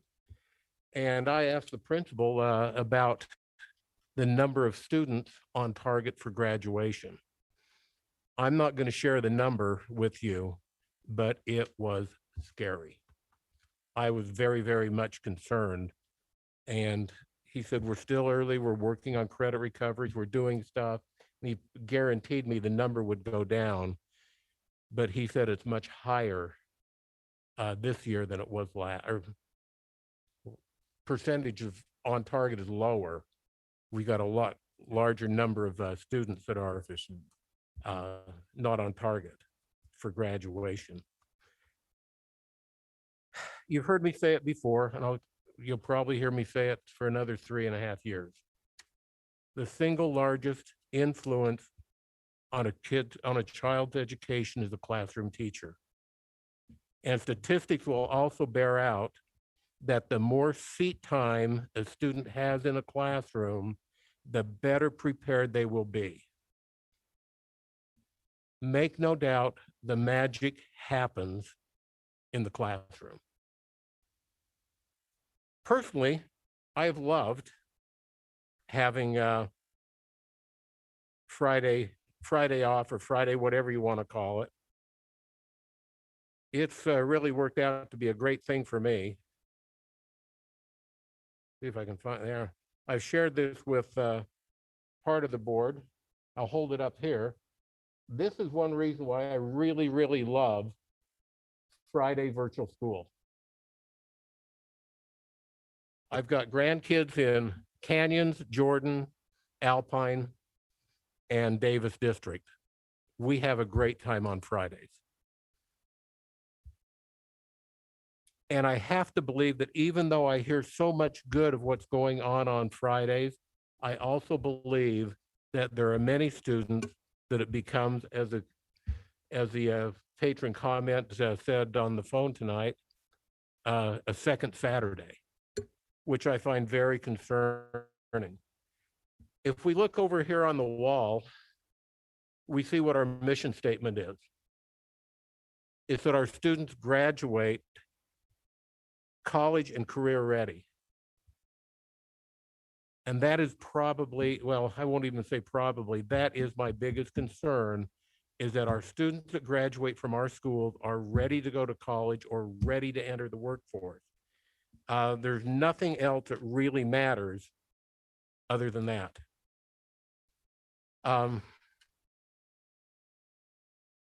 I think that we need to show customer service, and we've got community engagement as we listen to what our patrons say. I know that it was also brought up at the Hillcrest FCC that many of the students have picked up a shift of work on Fridays, and it would be difficult for them to redo that. And to me, the absolute trump card is what Nancy mentioned to start with. On November the 22nd of 2020, Amber Schill moved to approve a 4-day in-person and 1-day virtual school learning model for the 2020-2021 school year. It didn't say until we feel like we want to do something different. It said for the school year. Steve Wrigley seconded the motion. The motion passed unanimously. I feel like we need to stay the course. To me, it's a matter of integrity that we do what we said we would do and that we don't waffle back and forth. Superintendent, it's a feel-good idea, your second item on the list, to have let me go back up to it. Where is that? The Launch Friday interventions offering targeted support to students in need. If everything the emails are telling me is true that I've received from a plethora of teachers, other than having lunch and bus transportation, I believe that's already happening. Yeah, agree. We have a bunch of really, really good professionals in the classroom. And, when it comes time to make a motion, I would suggest we split the motion if somebody wants to make a motion for Friday interventions, but we make a motion on topic by topic and not combine those together. I think I've probably said all I need to say. So thank you. Thank you, Mark. Thank you. And I know Mr. Wrigley has some comments, but I just wanted to clarify procedurally. I believe that if we wanted to ask the administration to implement portions of the intervention Friday, that we would not, that does not alter the motion that the board made in September, which is standing. So I feel like Yeah, I just see it. we wouldn't need to do a motion for that, for that one, because it's still maintaining the 4 days in person, 1 day virtual. Yeah, And I think it's just adding in some additional supports for transportation. Personally, I'm opposed to cranking up the lunchroom, to moving the buses on those days. But I think it's nice to put out a reminder to the students and the teachers that that was part of the original plan of Friday, is that they could get targeted help. Can I just comment to Mont's point? I agree. And I think what I would recommend is that we shift away from even the narrative of remote or virtual Friday. That can still be utilized as a tool. But our, knowing what our transmission numbers are, knowing the safety level that's in our district, that our buildings during that time are open on Fridays for that very reason. Many already are, as you mentioned, Mont, they are doing that. I think just to make that, to your point, official and invitational, that, hey, the school is open on Fridays during this time in the mornings, and that you are very welcome to come in for acceleration or intervention support. So yeah. Right, Thank you. Mrs. Schill and then Mr. Wrigley. Okay, so I just want to add to that point. When I visited the Brighton SEC, I asked them a second question, and the second question was, are students coming in on Friday? And they gave me multiple examples. One teacher is having kids come in to retake tests on Friday. They said students are coming in to wood shop and also the art classes and working for several hours in big time blocks. They're also giving practice like 3-hour AP tests that they really had never been able to do before. So like to me, I do think students are going in. I think it is happening, but I also think we could encourage even more of that. It's I mean, more I think that's intentional. possible. Thank you. Thank you, Steve, for letting me say that. Thank you. Mr. Wrigley? Appreciate the time. This is something I've taken pretty seriously. As people have written to us, I felt bad that we've been able to write back. I sent them back things saying, I've read your message. It's too many coming in, but we will take this into consideration. So yes, we've read hundreds of emails over this last week, and given us lots of input. And I'm just going to share some of the stuff from that. And I had several teachers say to me, please come out to my school and see what I'm doing. I need to prove it to you. And I'm going, I don't really think you need to prove it to you. I trust you're doing it, but I'll still go to see the great things you're doing. So last Friday, as I was sitting there, I said, okay, I just got up and went out to 4 of my schools and visited 14 elementary teachers and principals. It was a great and humbling experience. I've had a lot of emails, but I thought actually getting out and seeing the staff, and I had the opportunity to find it, pretty much everybody was there. So I had some parents say, oh, they're just, no, they were there. I went around to the classes, found out they were in their classes doing what they had to do, in each individually working. What I found is, and I've talked with parents, if parents say to us, okay, well, the rates are going down, the COVID rates are going down, we can go back on Friday. I think in talking with the teachers and going back to your thing on seat time, we could be there 5 days a week and not have quality seat time to remunerate some of the kids and focus on the kids we have to. Or we could take that 4th, 5th, 5th day, as they're currently doing right now. And if they don't have the COVID kids or the kids out under quarantine, that time is being spent to enhance the lesson for the seat time for the Monday through Thursday, so that the lessons that they're doing are more targeted to the individual students, more targeted for the areas that the kids are falling behind, and based upon data. Sometimes I think we just get so rushed on getting everything there and the amount of time we have to do that we don't have the time to be as critically structured as we currently are right now. So for those parents who say, well, they're not doing anything, I think they're really doing something. From what I heard in talking with 14 different teachers, pretty much the message was, yeah, I'm thankful for this because I'm actually able to improve the quality of my lesson, because now I have time to do that and merely focus on those kids that are falling behind. As I talked to several of the schools, we have 6 weeks. The last week usually is partying games. So we have 5 weeks. And they're half days. So we have 2.5 days. So were we talking about all this stuff and changing everything? We're talking maybe 2.5 days. And then I asked the teacher, so what do you typically do during the week? And it was, well, Monday through Thursday, we teach our core classes because we have time to teach our core classes. And on Friday, we do some testing. On Friday, we sort of maybe a little bit of embellishing on what's going on. But Fridays themselves, we don't have enough time to really go into a whole bunch of new stuff. At least that's what I've heard from quite a few of the teachers. Then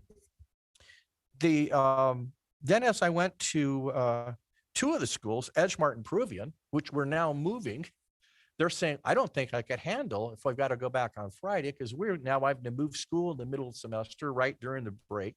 And we've been trying to do that for the last several weeks. So please don't do this. As I went to Peruvian, I talked with one of our school psychologists, and the school psychologist says, I don't think it's really good for our kids because we've had so much too much change and adapting this year. We've had our first graders and our kindergartners basically come in after first quarter or second quarter of the year and come off online into in school. And then we've had they come into school. We've now had them going to change to a new school in Peruvian. And then we're going to now ask them to go for 5-day schedule. And she said they really need to have some kind of stability in their life. As I've talked with our students, and we've had several students, the students are saying, we're used to the A and B schedule. We've got our A's and our B's in, and many of them I think are using, I know in talking with them, are using the Fridays. There are some they're not. And those are maybe the kids that are working, as you were saying. I've talked with Hillcrest and Jordan, and we got a number of kids working. So if we go back on Fridays, they're still going to work. They're not going to tell their employers, well, for 4 weeks, I got to go back to school, and then I'm going to come back and work for you this summer. They can't do that. They're going to continue to work.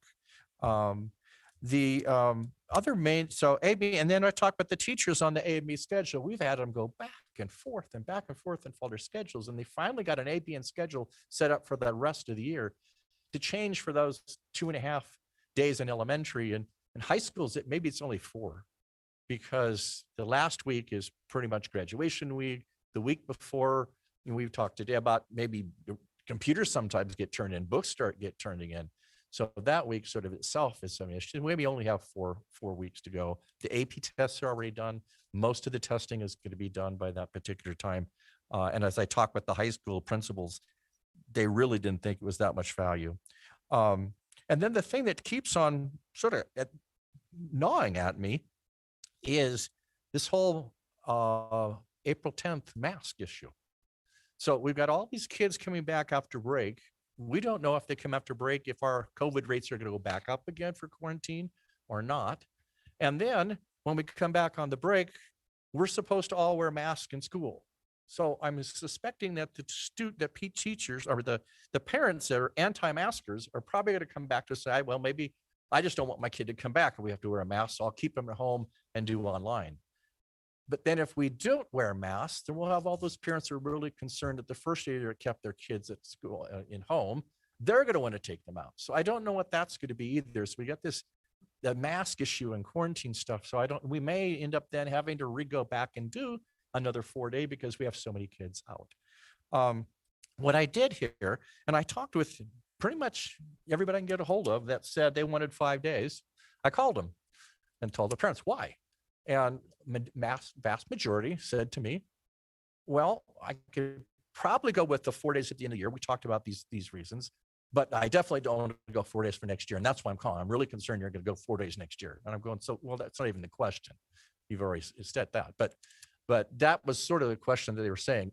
Now, I talked with a couple of Corner Canyons parents, and I've talked with some Canyons parents at other high schools and some of the students. We spent a lot of time in remediating kids that are behind. And we're talking about this, this intervention Fridays and stuff.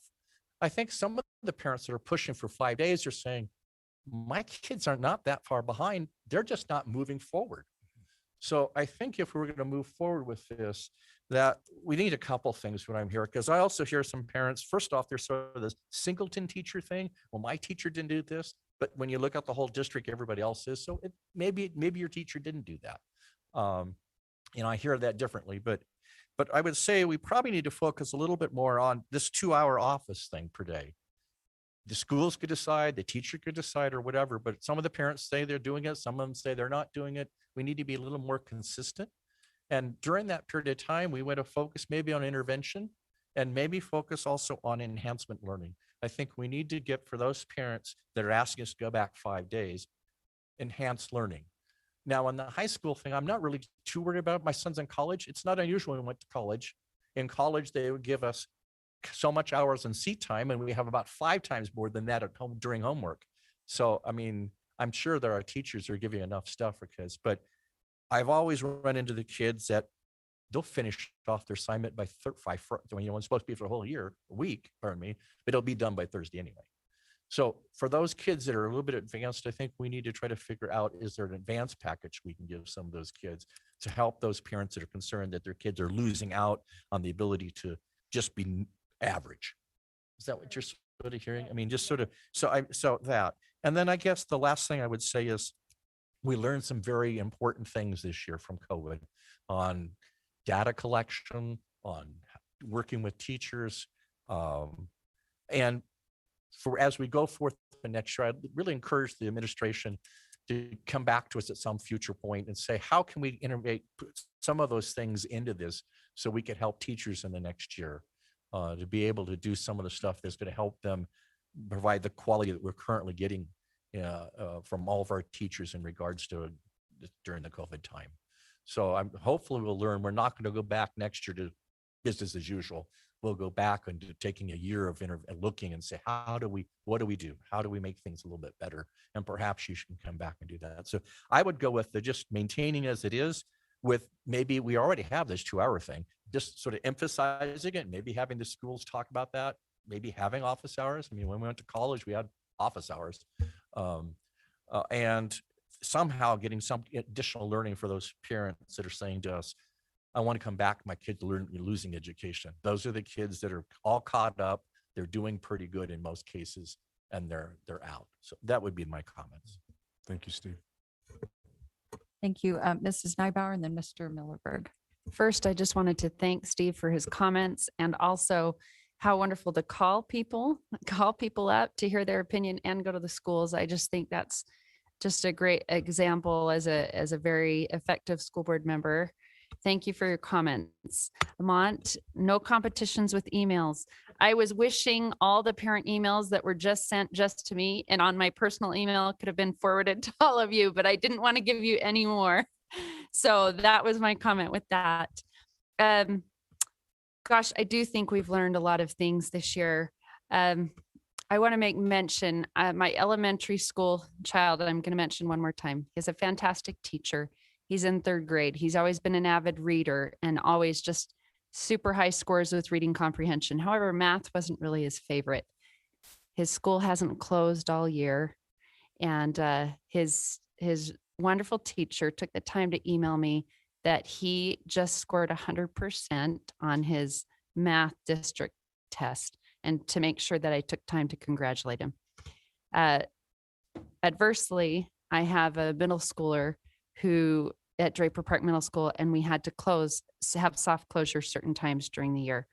And this is his first year in middle school. And I'd watch as his A's and B's, as soon as we went to online, would just drop. And it was really difficult for him. And his older brothers are saying, how can you not get all A's in middle school? That's just so easy. And I quickly rebuked them and said, hey, he's transferring from in person to online. You never had to do that. It is very difficult with this schedule this year. So I do agree with what Mont says. The magic does happen in the classroom. That seat time is so valuable. I agree with what Clarine said, what Amber said, and what Mont and Steve have said about the disruption to this school year. I don't know that it's worth it to have everyone's schedules change for such little gain when you look at the cost versus the benefit analysis. However, I am concerned that when we're not providing transportation to perhaps these students that really need extra time, if that's really being taken advantage of. I did visit with a counselor at a school that said, you know what, we are so diligent doing all of our interventions, and yet still they're not coming in, and yet still they're not logging on. We've even done house visits, and still we're really having a hard time with these kids. So I'm grateful for the summer program, and I would really like to have that discussion tonight about what we can do for them. As far as all the parents I have heard from, I haven't had any parents tell me or assume that teachers aren't working on Fridays.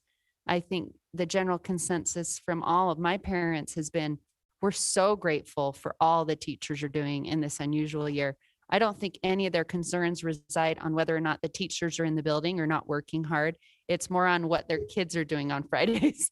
And so I think that's where the disparity is. Also, I have heard a lot, like Steve said, a lot of parents telling me, where's the equity in this? Because, my kids aren't behind, but they don't go or even are invited to go in on Fridays. And so we're looking for more stimulating education opportunities, more opportunities to grow and learn. I did have my 2 high schoolers that had to be home for 10 days because my freshman in the test to play tested positive. And so they did go on Fridays to make up labs, physics lab and biology lab. And I asked them if there were students there, and they said, not very many. And I have heard that from some teachers at our high school as well. A woodshop teacher that said, I make it available and I'm worried because the kids aren't going to finish their projects, but a lot of kids aren't coming in. So that's the hard part, right? We have some kids really motivated that are going to take advantage. No question in my mind whether the teachers are working hard or not. Absolutely they are, and I'm grateful for them. But what we can do to help these kids and do it in an equitable way. Thank you, Holly. Thank you. Mr. Millerberg. Okay, the motion that was passed back on the 22nd of September is still in force. Yes. And so I would like to not make a motion. I would like to not make a motion and just let it ride. And I don't know if anybody wants to second my not making a motion. Can I share a few comments Sure. before we move on? You're the boss. No, I appreciate that. And yes, the motion is still in place and would expire at the end of this school year. So I won't spend a lot of time, even though I have pages and pages of notes here, but I'll spare you all that because I think my board members have been very articulate in describing this experience. But I just want to make a couple of comments. I feel like this has been valuable study, valuable discussion for our entire community, for teachers, for the administration, for us as the board.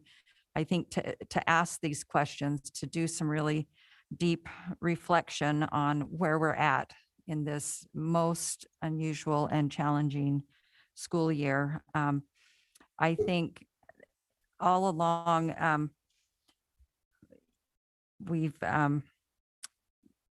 and I recognize that teachers and administrators and educators and our support professionals have worked extremely hard as the entire system has adjusted to the reality that was thrust upon us a year ago. But I also want to acknowledge and recognize that parents and families have been asked to do the same. There's been a complete shift in what is asked of all of us wherever we are. And I don't want to minimize that at all. And I think some families have found this schedule and this disruption to what the traditional schooling, I think they found that to be very beneficial. At the same time, as some of you have mentioned,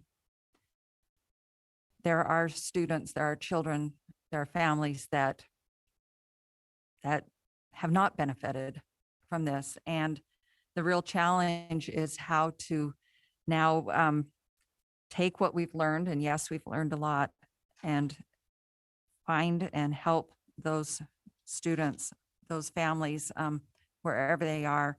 I keep asking myself, what is the best way to finish this year strong and put our district in the best position to start next year strong and ready, and to bridge and cover some of this learning loss that we all know it's there. And even some of the teachers, some of the emails that I received, they mentioned, yeah, I had to cut out all the fun stuff. I had to cut out all the enrichment stuff. I had to cut out, all of the things that we as a board for several years have been talking about the value of trying to incorporate those in. And so I really look forward to next year when we can be in school for 5 days. And yes, maybe we can, have learned some lessons of efficiency, but also bring back some of those really valuable pieces that were maybe set aside or shelved for this year. I think that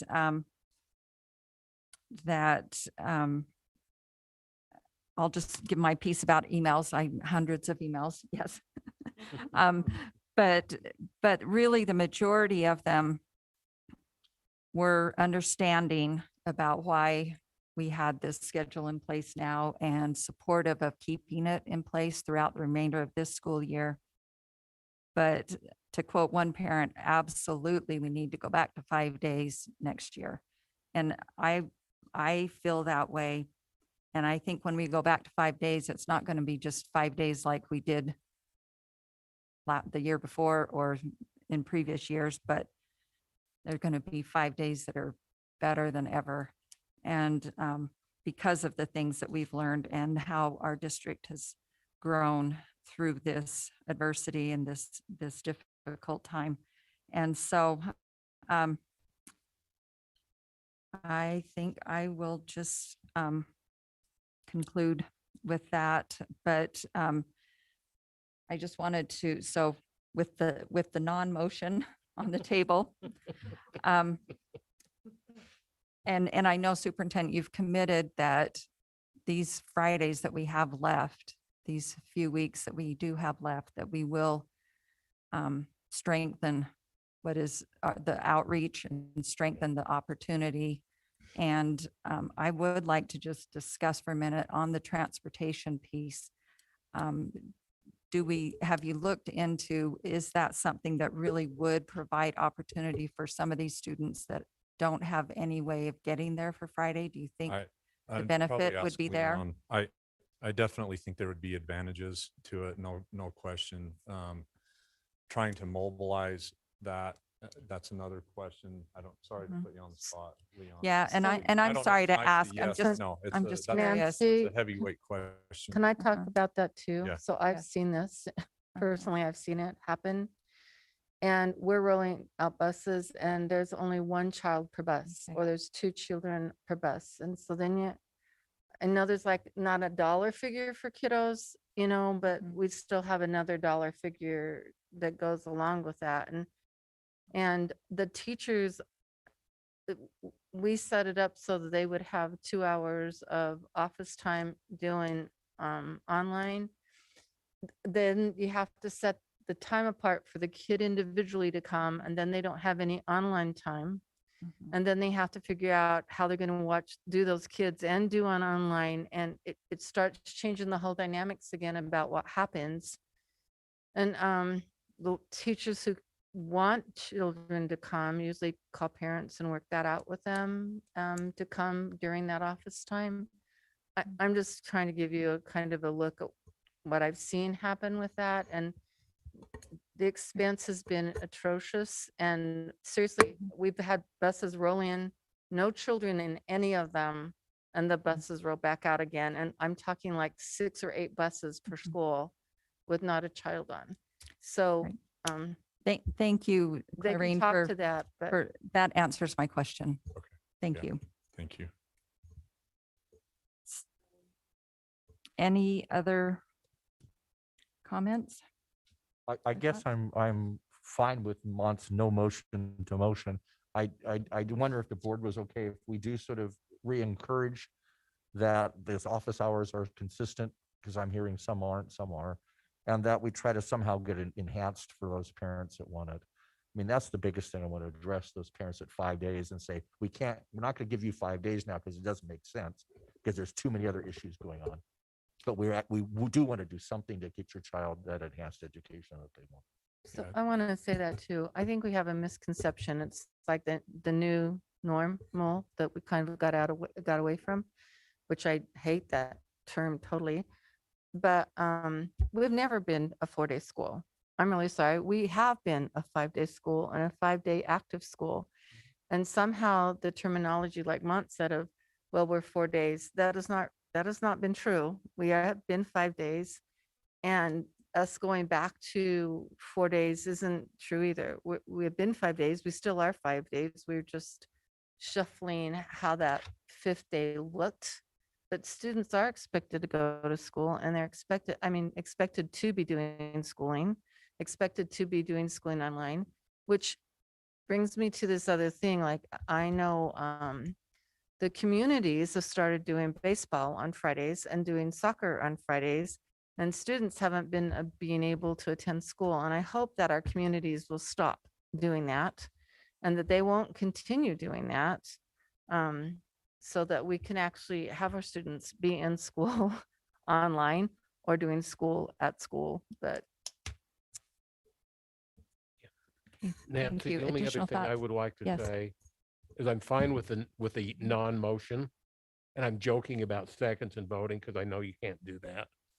But to borrow a phrase I've heard somewhere, I have a firm and fixed resolve that next fall we are at 5 days. I agree. I agree. I think from the comments tonight that, yeah, the board feels strongly and superintendent has also made comments to that effect as well. Okay, well, any other thoughts on this? Again, I just want to thank everyone for their engagement, for their study, for their reflection, for the thoughtfulness that has gone into all of this conversation. And I feel like it's put us in a place where the district can finish this school year strong and be in a good position to start next year strong. So, great. Okay. Thank you, Superintendent. Thank you. Board, that concludes the items on new business. However, before I turn it back to staff comments, I do want to just go back and revisit the question that we said I'd bring back at the end of the meeting, which is about whether or not we want to schedule an additional meeting to have further conversation about the online program. And we kind of looked at dates on the 30th. That wasn't going to work for a couple of folks. Is there interest in looking further for dates, or do we just move forward with our next scheduled meeting on the 20th of April? I could do the 30th, and I don't know if we could still do virtual, but I know that Holly can't. I'm not available on the, what is it, the 6th? Is that the next one in April? Oh, spring break. Can't do that. And honestly, if you want to push me into the 13th of April, 2 days before tax season ends, you'll still have a quorum, but I won't be part of it. Yeah, I can make it on the 30th. I can make it Mrs. also. Holly? I'm just Yeah. concerned that we have only one meeting during April, and there was some other issues on our last meeting that we might be able to put this on to move things forward. Could we just review? I know we would maybe hear back from the online, but what else would be on that agenda? Because I'm wondering if that's the only item. Superintendent? Also, curriculum adoption that goes along with it. We would need a first reading. So for, actually, probably three things. One would be high school online curriculum, credit recovery curriculum, and potentially high school SEL curriculum. So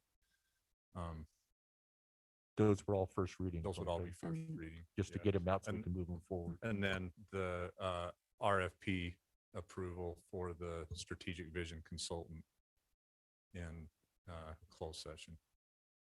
Do we have purchasing bids that we need to approve? Probably. We may, and there may be some student overnight, some miscellaneous type consent items as well.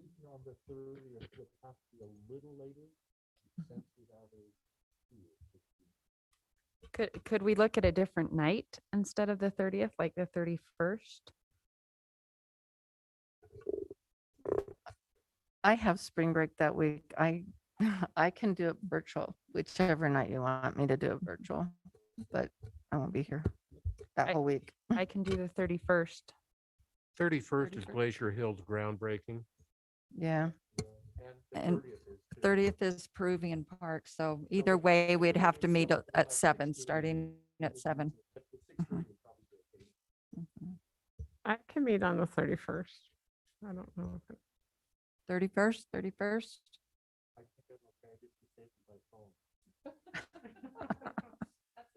Doesn't like my face with the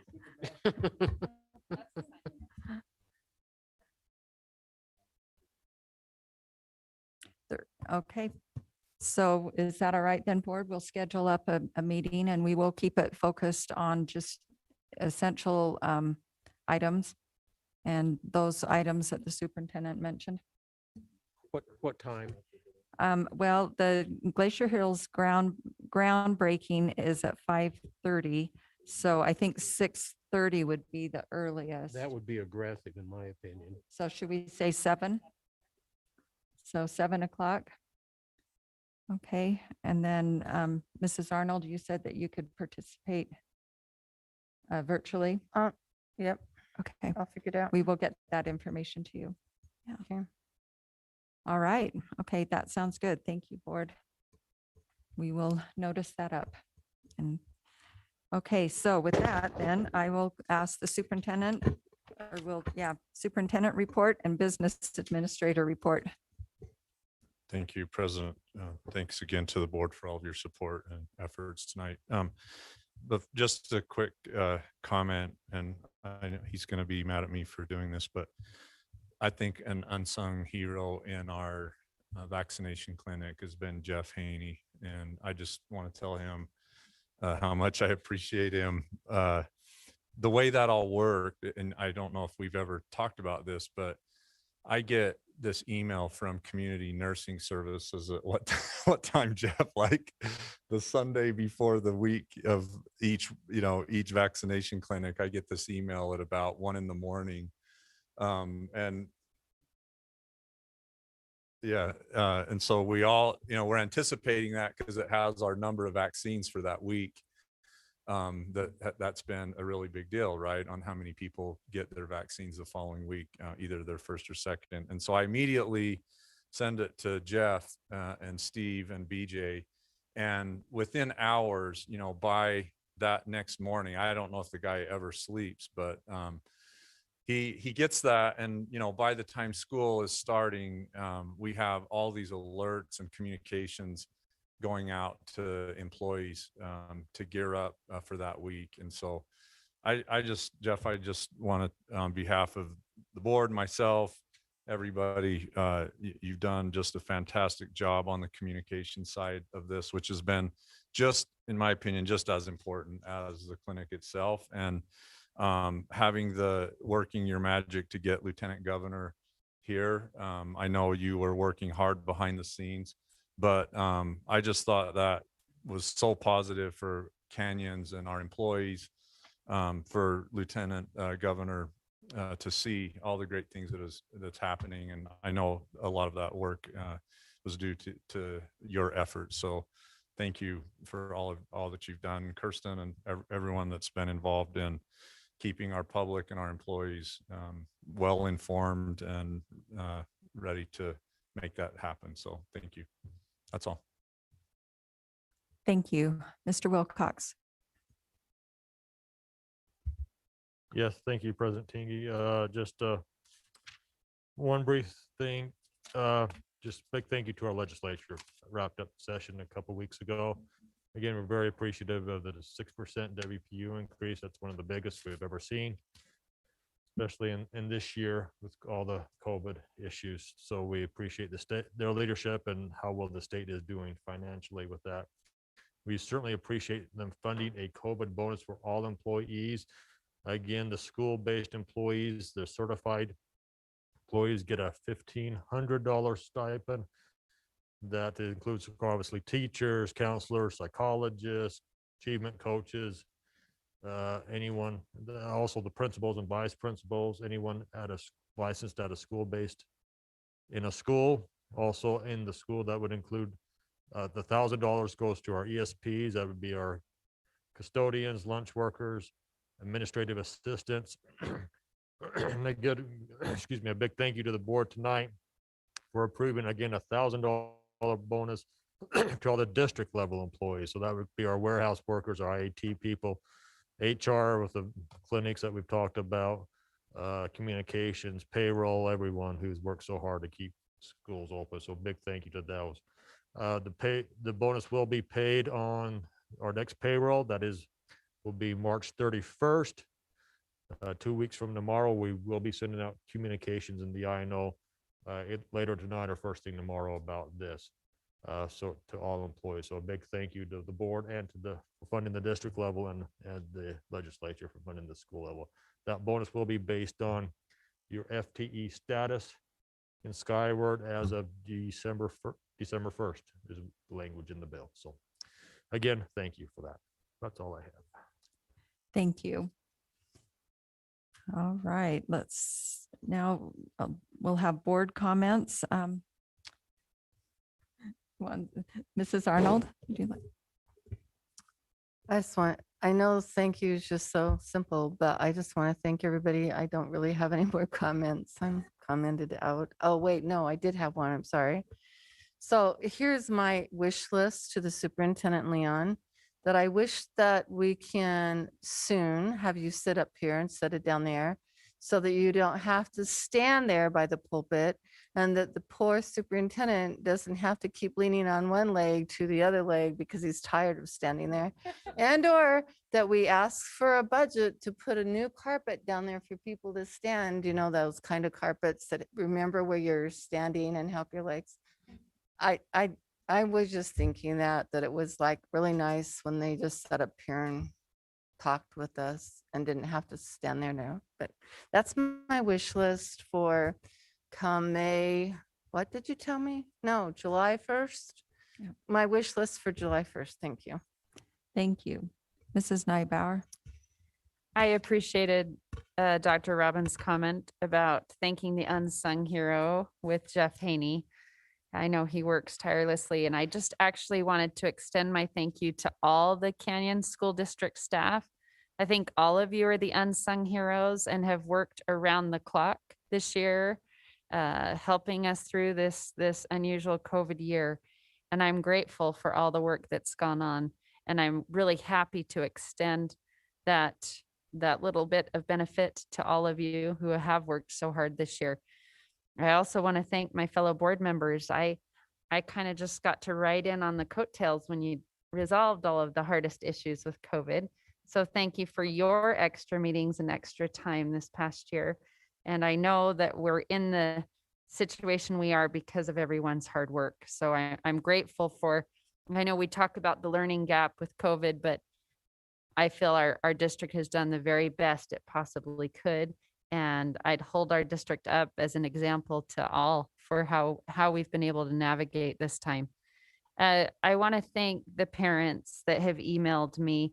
I think it's so important and it helps us in our process and our decision making when we understand the needs and hear the perspectives. And I'm grateful for their flexibility this year as they figured out and navigated Fridays and trying to help their kids with their learning.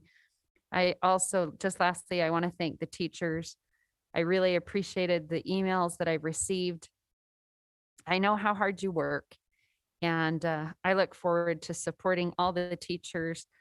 I'm in support of helping you with even more compensation and looking at innovative strategies to help you lesson plan and do those things. I'm very interested, I've mentioned this before, in a later bell schedule so that our kids can sleep. And I think that if maybe we even innovatively look at shrinking the school day just a tiny little bit and give teachers extra time, I'd be so in favor of that. Just wanted to thank everyone for their hard work. And I feel humbled to be here and to represent all of the families of Canyons District, including the teachers. Thank you. Mr. Wrigley? Yeah, I want to thank our parents that sent us all the emails. It took them a long time and they poured out their heart. They really had, most of them were very complimentary. Probably almost everyone was actually very complimentary for us keeping the schools open and everything. I'm very thankful for our parents that have given up their Fridays and supporting their kids. And I hope we've got their trust as we're actually using them to the best, the ability we're using them wisely. Sometimes you may ask why the board would have a couple-hour discussion for 2 nights on an issue that we're not going to vote on. Sometimes I ask that, and I told Holly, get ready for the emails.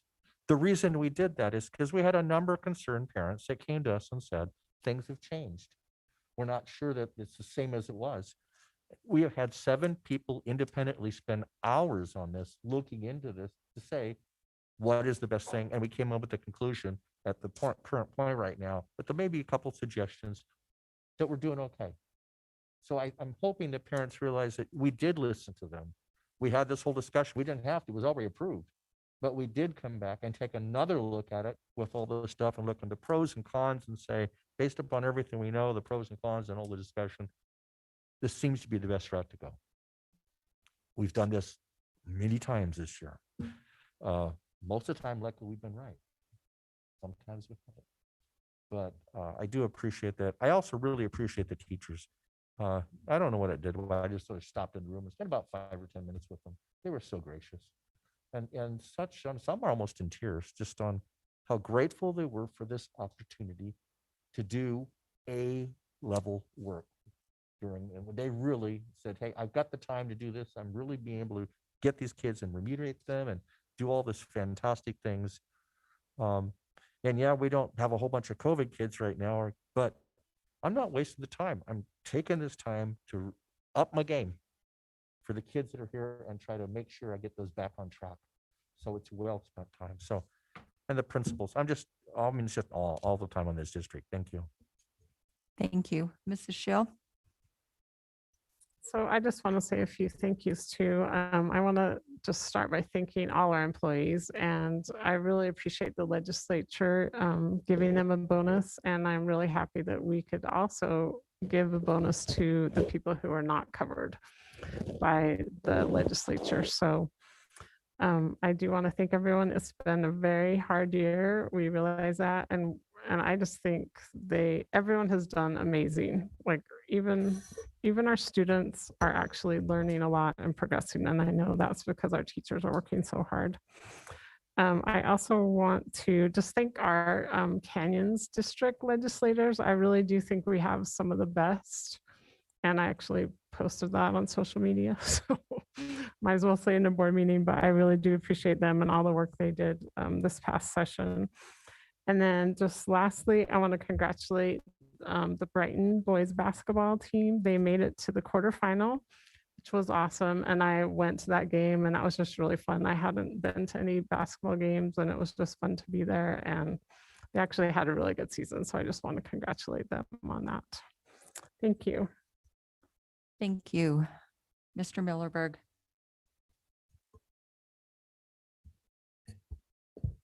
I think pretty much everything's already been said. Superintendent, you singled out Jeff and the communications department. We could easily single out you. We could single out Bob. We could single out Leon. We could single out a whole number of people. But to me, what's important is we have every employee is a part of a well-oiled machine that is hitting on all 8 cylinders. And so, I don't know that I hate to start singling people out because there's so many people that quite honestly become a face in the crowd. But if they didn't show up for work every day, you would certainly miss what they do. And so I just send out gratitude and appreciation to all of our employees that simply come to work every day and do their jobs. Thank you. And I will just say ditto to everything that all the comments that have been made. But I do want to mention one activity that I got to do since our last board meeting, and I was able to attend the basketball playoff game that Corner Canyon played in the semifinal game. And that was a fantastic game. They did a great job. Unfortunately, they did not come out with a victory, but they played really hard, really well. And it was a fabulous season for them and in a really difficult time. But for me personally, it was at the Salt Lake Community College gym, and to be there with the crowd and to see the students across the way from both schools just so excited, and the energy in that room, it really lifted my spirits to be reminded of these young people. And I was so grateful that circumstances had changed to the point where they were able to be there and have that experience, and that I could feel the energy and be filled with gratitude for that. And I felt like it was symbolic of many, many things that are happening in our schools and with our young people. And I too appreciate all the effort and the great amount of care and concern that happens thousands and thousands of times every day for people here in this district. And anyway, with that, unless there's anything else, I will call the meeting adjourned. And thank you all.